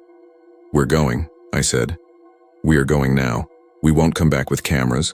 We won't come back with any pockets open. We will not tell the agent you are more than wood. We will not tell the men in Los Angeles they cannot own this. We will let the city keep running around you like a dress. We will keep our mouths a little quieter when we walk by." The whisper spoke for the last time. It did not say don't. It said good. The word was not approval. It was closure. A lid lowered. A light went out in a careful way. The air made itself ordinary. We left. The gate made its small sigh. The pecans did their polite clapping. On the drive back, the city went ahead and did its citying. At the office, we found nothing restored. The space where the files had been felt cool the way a church does after a funeral. Angel said he could cut from what we had because that is what people in our line always say. Lila said we could make a smaller film, one about how rooms teach you to listen, and I loved her for finding a sentence that could be true in public. For a month, I did not pass Blanco Street. I avoided that cross-section of air. I slept better. I dreamed less. Then, one humid evening in August, when the heat had learned to sit on your chest like a cat, I took a long walk with no plan and found myself turning left when I meant to go right and coming up under the pecans as if a string tied around my waist had been tugged by a hand that knew how to tune. The porch looked the same. The notice on the door had been replaced by a larger one, more official, a date stamped in red that meant committees. In the bay window, the lace had sagged another finger's width. I stood at the gate and listened. The house said nothing. The city went on making its human arguments. A train lifted its low talk somewhere toward the east side. On that air, I heard the shadow of a cord, not in my ear, but where the space in my chest makes a room for sudden news. It went away. I stood there and felt the shape of the thin wind the notebook had warned me about and knew I would carry it for as long as my body remembered the weight of a bench and the restraint of a finger. It wasn't a curse. It was a map of the place I could no longer enter. On a Sunday not long after, I read a small piece in the paper folded by the register at the HEB. Historic home slated for renovation, the subhead said. Piano to be donated to university. There was a picture of the house taken by someone who liked their angles clean. The piano stood in the background like a relative who will not move from the frame. The article quoted a foundation director saying the instrument was miraculously intact and remarkably in tune. I folded the paper and put it back under the mints and walked out into a day that wanted me to be grateful. The university knows how to clean things. They will roll the instrument into a room with controlled humidity and calibrated light. A man with neat hands will document the scratches and the slight discoloration from a vase on top. A student will look into the soundboard and feel nothing. A catalog will be printed. A plaque will be placed. The bench will stand there in the pose benches take when they have not yet confessed what they have heard. A recital will be scheduled. Names will be dusted off and pronounced as if their syllables could make their owners come out for a bow. On the night of the recital, I went and sat in the back. The hall smelled like varnish and young sweat. The program told me what I would hear. A polite audience set its faces to appreciation. The pianist was a man with a posture that made you trust his back. He stepped to the bench with the polite confidence of a surgeon. He sat. He lifted his hands. Before he touched the keys, he frowned. He lifted his right hand and very gently pressed middle C. The note that came out was pure and proud. He started to play. The room took him in. The sound rose and did its duty. Movement 1 became movement 2. People breathed when the music told them to. The instrument spoke with the voice of money made good and talent well tended. Only I heard the other thing, the small dry whisper that had hitched a ride inside the case like a moth in a pocket. It did not come through the hall. It came in me where I had kept the thin wind. It said don't. Not to the man on the bench, not to the piece, not to the hall. It said it to me. It said it so softly that it took me a bar to discover what it meant. Do not pretend this is harmless. Do not make a story that lets the thing be lovely. Do not believe proximity is innocence. It lives where you left it. It keeps what it took. When the piece ended, the audience did what audiences do. The man stood and bowed, and he was good, and he deserved the bow. I stood, but not to clap. I stood because my body told me the only way to keep the shape of the wind from spreading was to move. I walked out into the Austin night, where the heat and the new neon and the river and the sirens and the little shoes of the bats under the bridge all made the right modern chorus. It was not relief. It was the only world I had left. I walked a long way that night, past the bars where the shot glasses chimed, past a couple arguing about money with a care that meant they might survive, past a girl sitting on a stoop holding a cat that refused to be held and yet would not leave her lap. I took the streets that used to belong to a quieter city and found myself again, as people do, at the edge of a neighborhood where the houses have seen more than the people have confessed. I turned a corner, and there it was. Not the old Victorian, but another one with a porch that had heard a piano once maybe, or maybe not. A porch that would hear one someday if the river's patience held. You can live in Austin long enough to think the city has forgiven you for everything you've done. It hasn't. It keeps things. It keeps voices in soundboards and breath in stairwells, and little instructions carved under music stands. On that corner with the heat lifting off the pavement like visible breath, I understood the ending the house had given me. It had put the voice inside me where my patience was. It would sit there and hum whenever I came too close to any instrument that would let me open it. It would ask only for restraint, and it would take anything I offered that wasn't that, and if I ever forgot and pressed hard enough, if I ever wanted to hear what I shouldn't more than I wanted to leave a thing whole, it would open a door in me that would not shut, and some night I would sit at a bench and make a note, and the house, wherever it had come to live by then, would take the rest of my music away.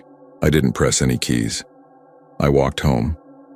I closed my apartment door with the care I had learned and watched the handle settle and pretended for a while that the air knew only my breath. When sleep came, it was not generous, but it arrived. In it, I sat at the bench and the instrument waited, and the city was on the far side of the lace with its lights cycling and receding, and I listened to the breath before the word, and I kept my hands in my lap. And somewhere, in that small victory, the wind inside me found a place to stop for one measured beat. Then it went on. It always would. And I understood that I would spend the rest of my days walking past open doors and refusing the invitation to enter, and that this refusal would be the only music I could say I had learned from that house on Blanco Street, where an upright piano, still in tune, had said a single word to me like an old law pronounced without malice. Don't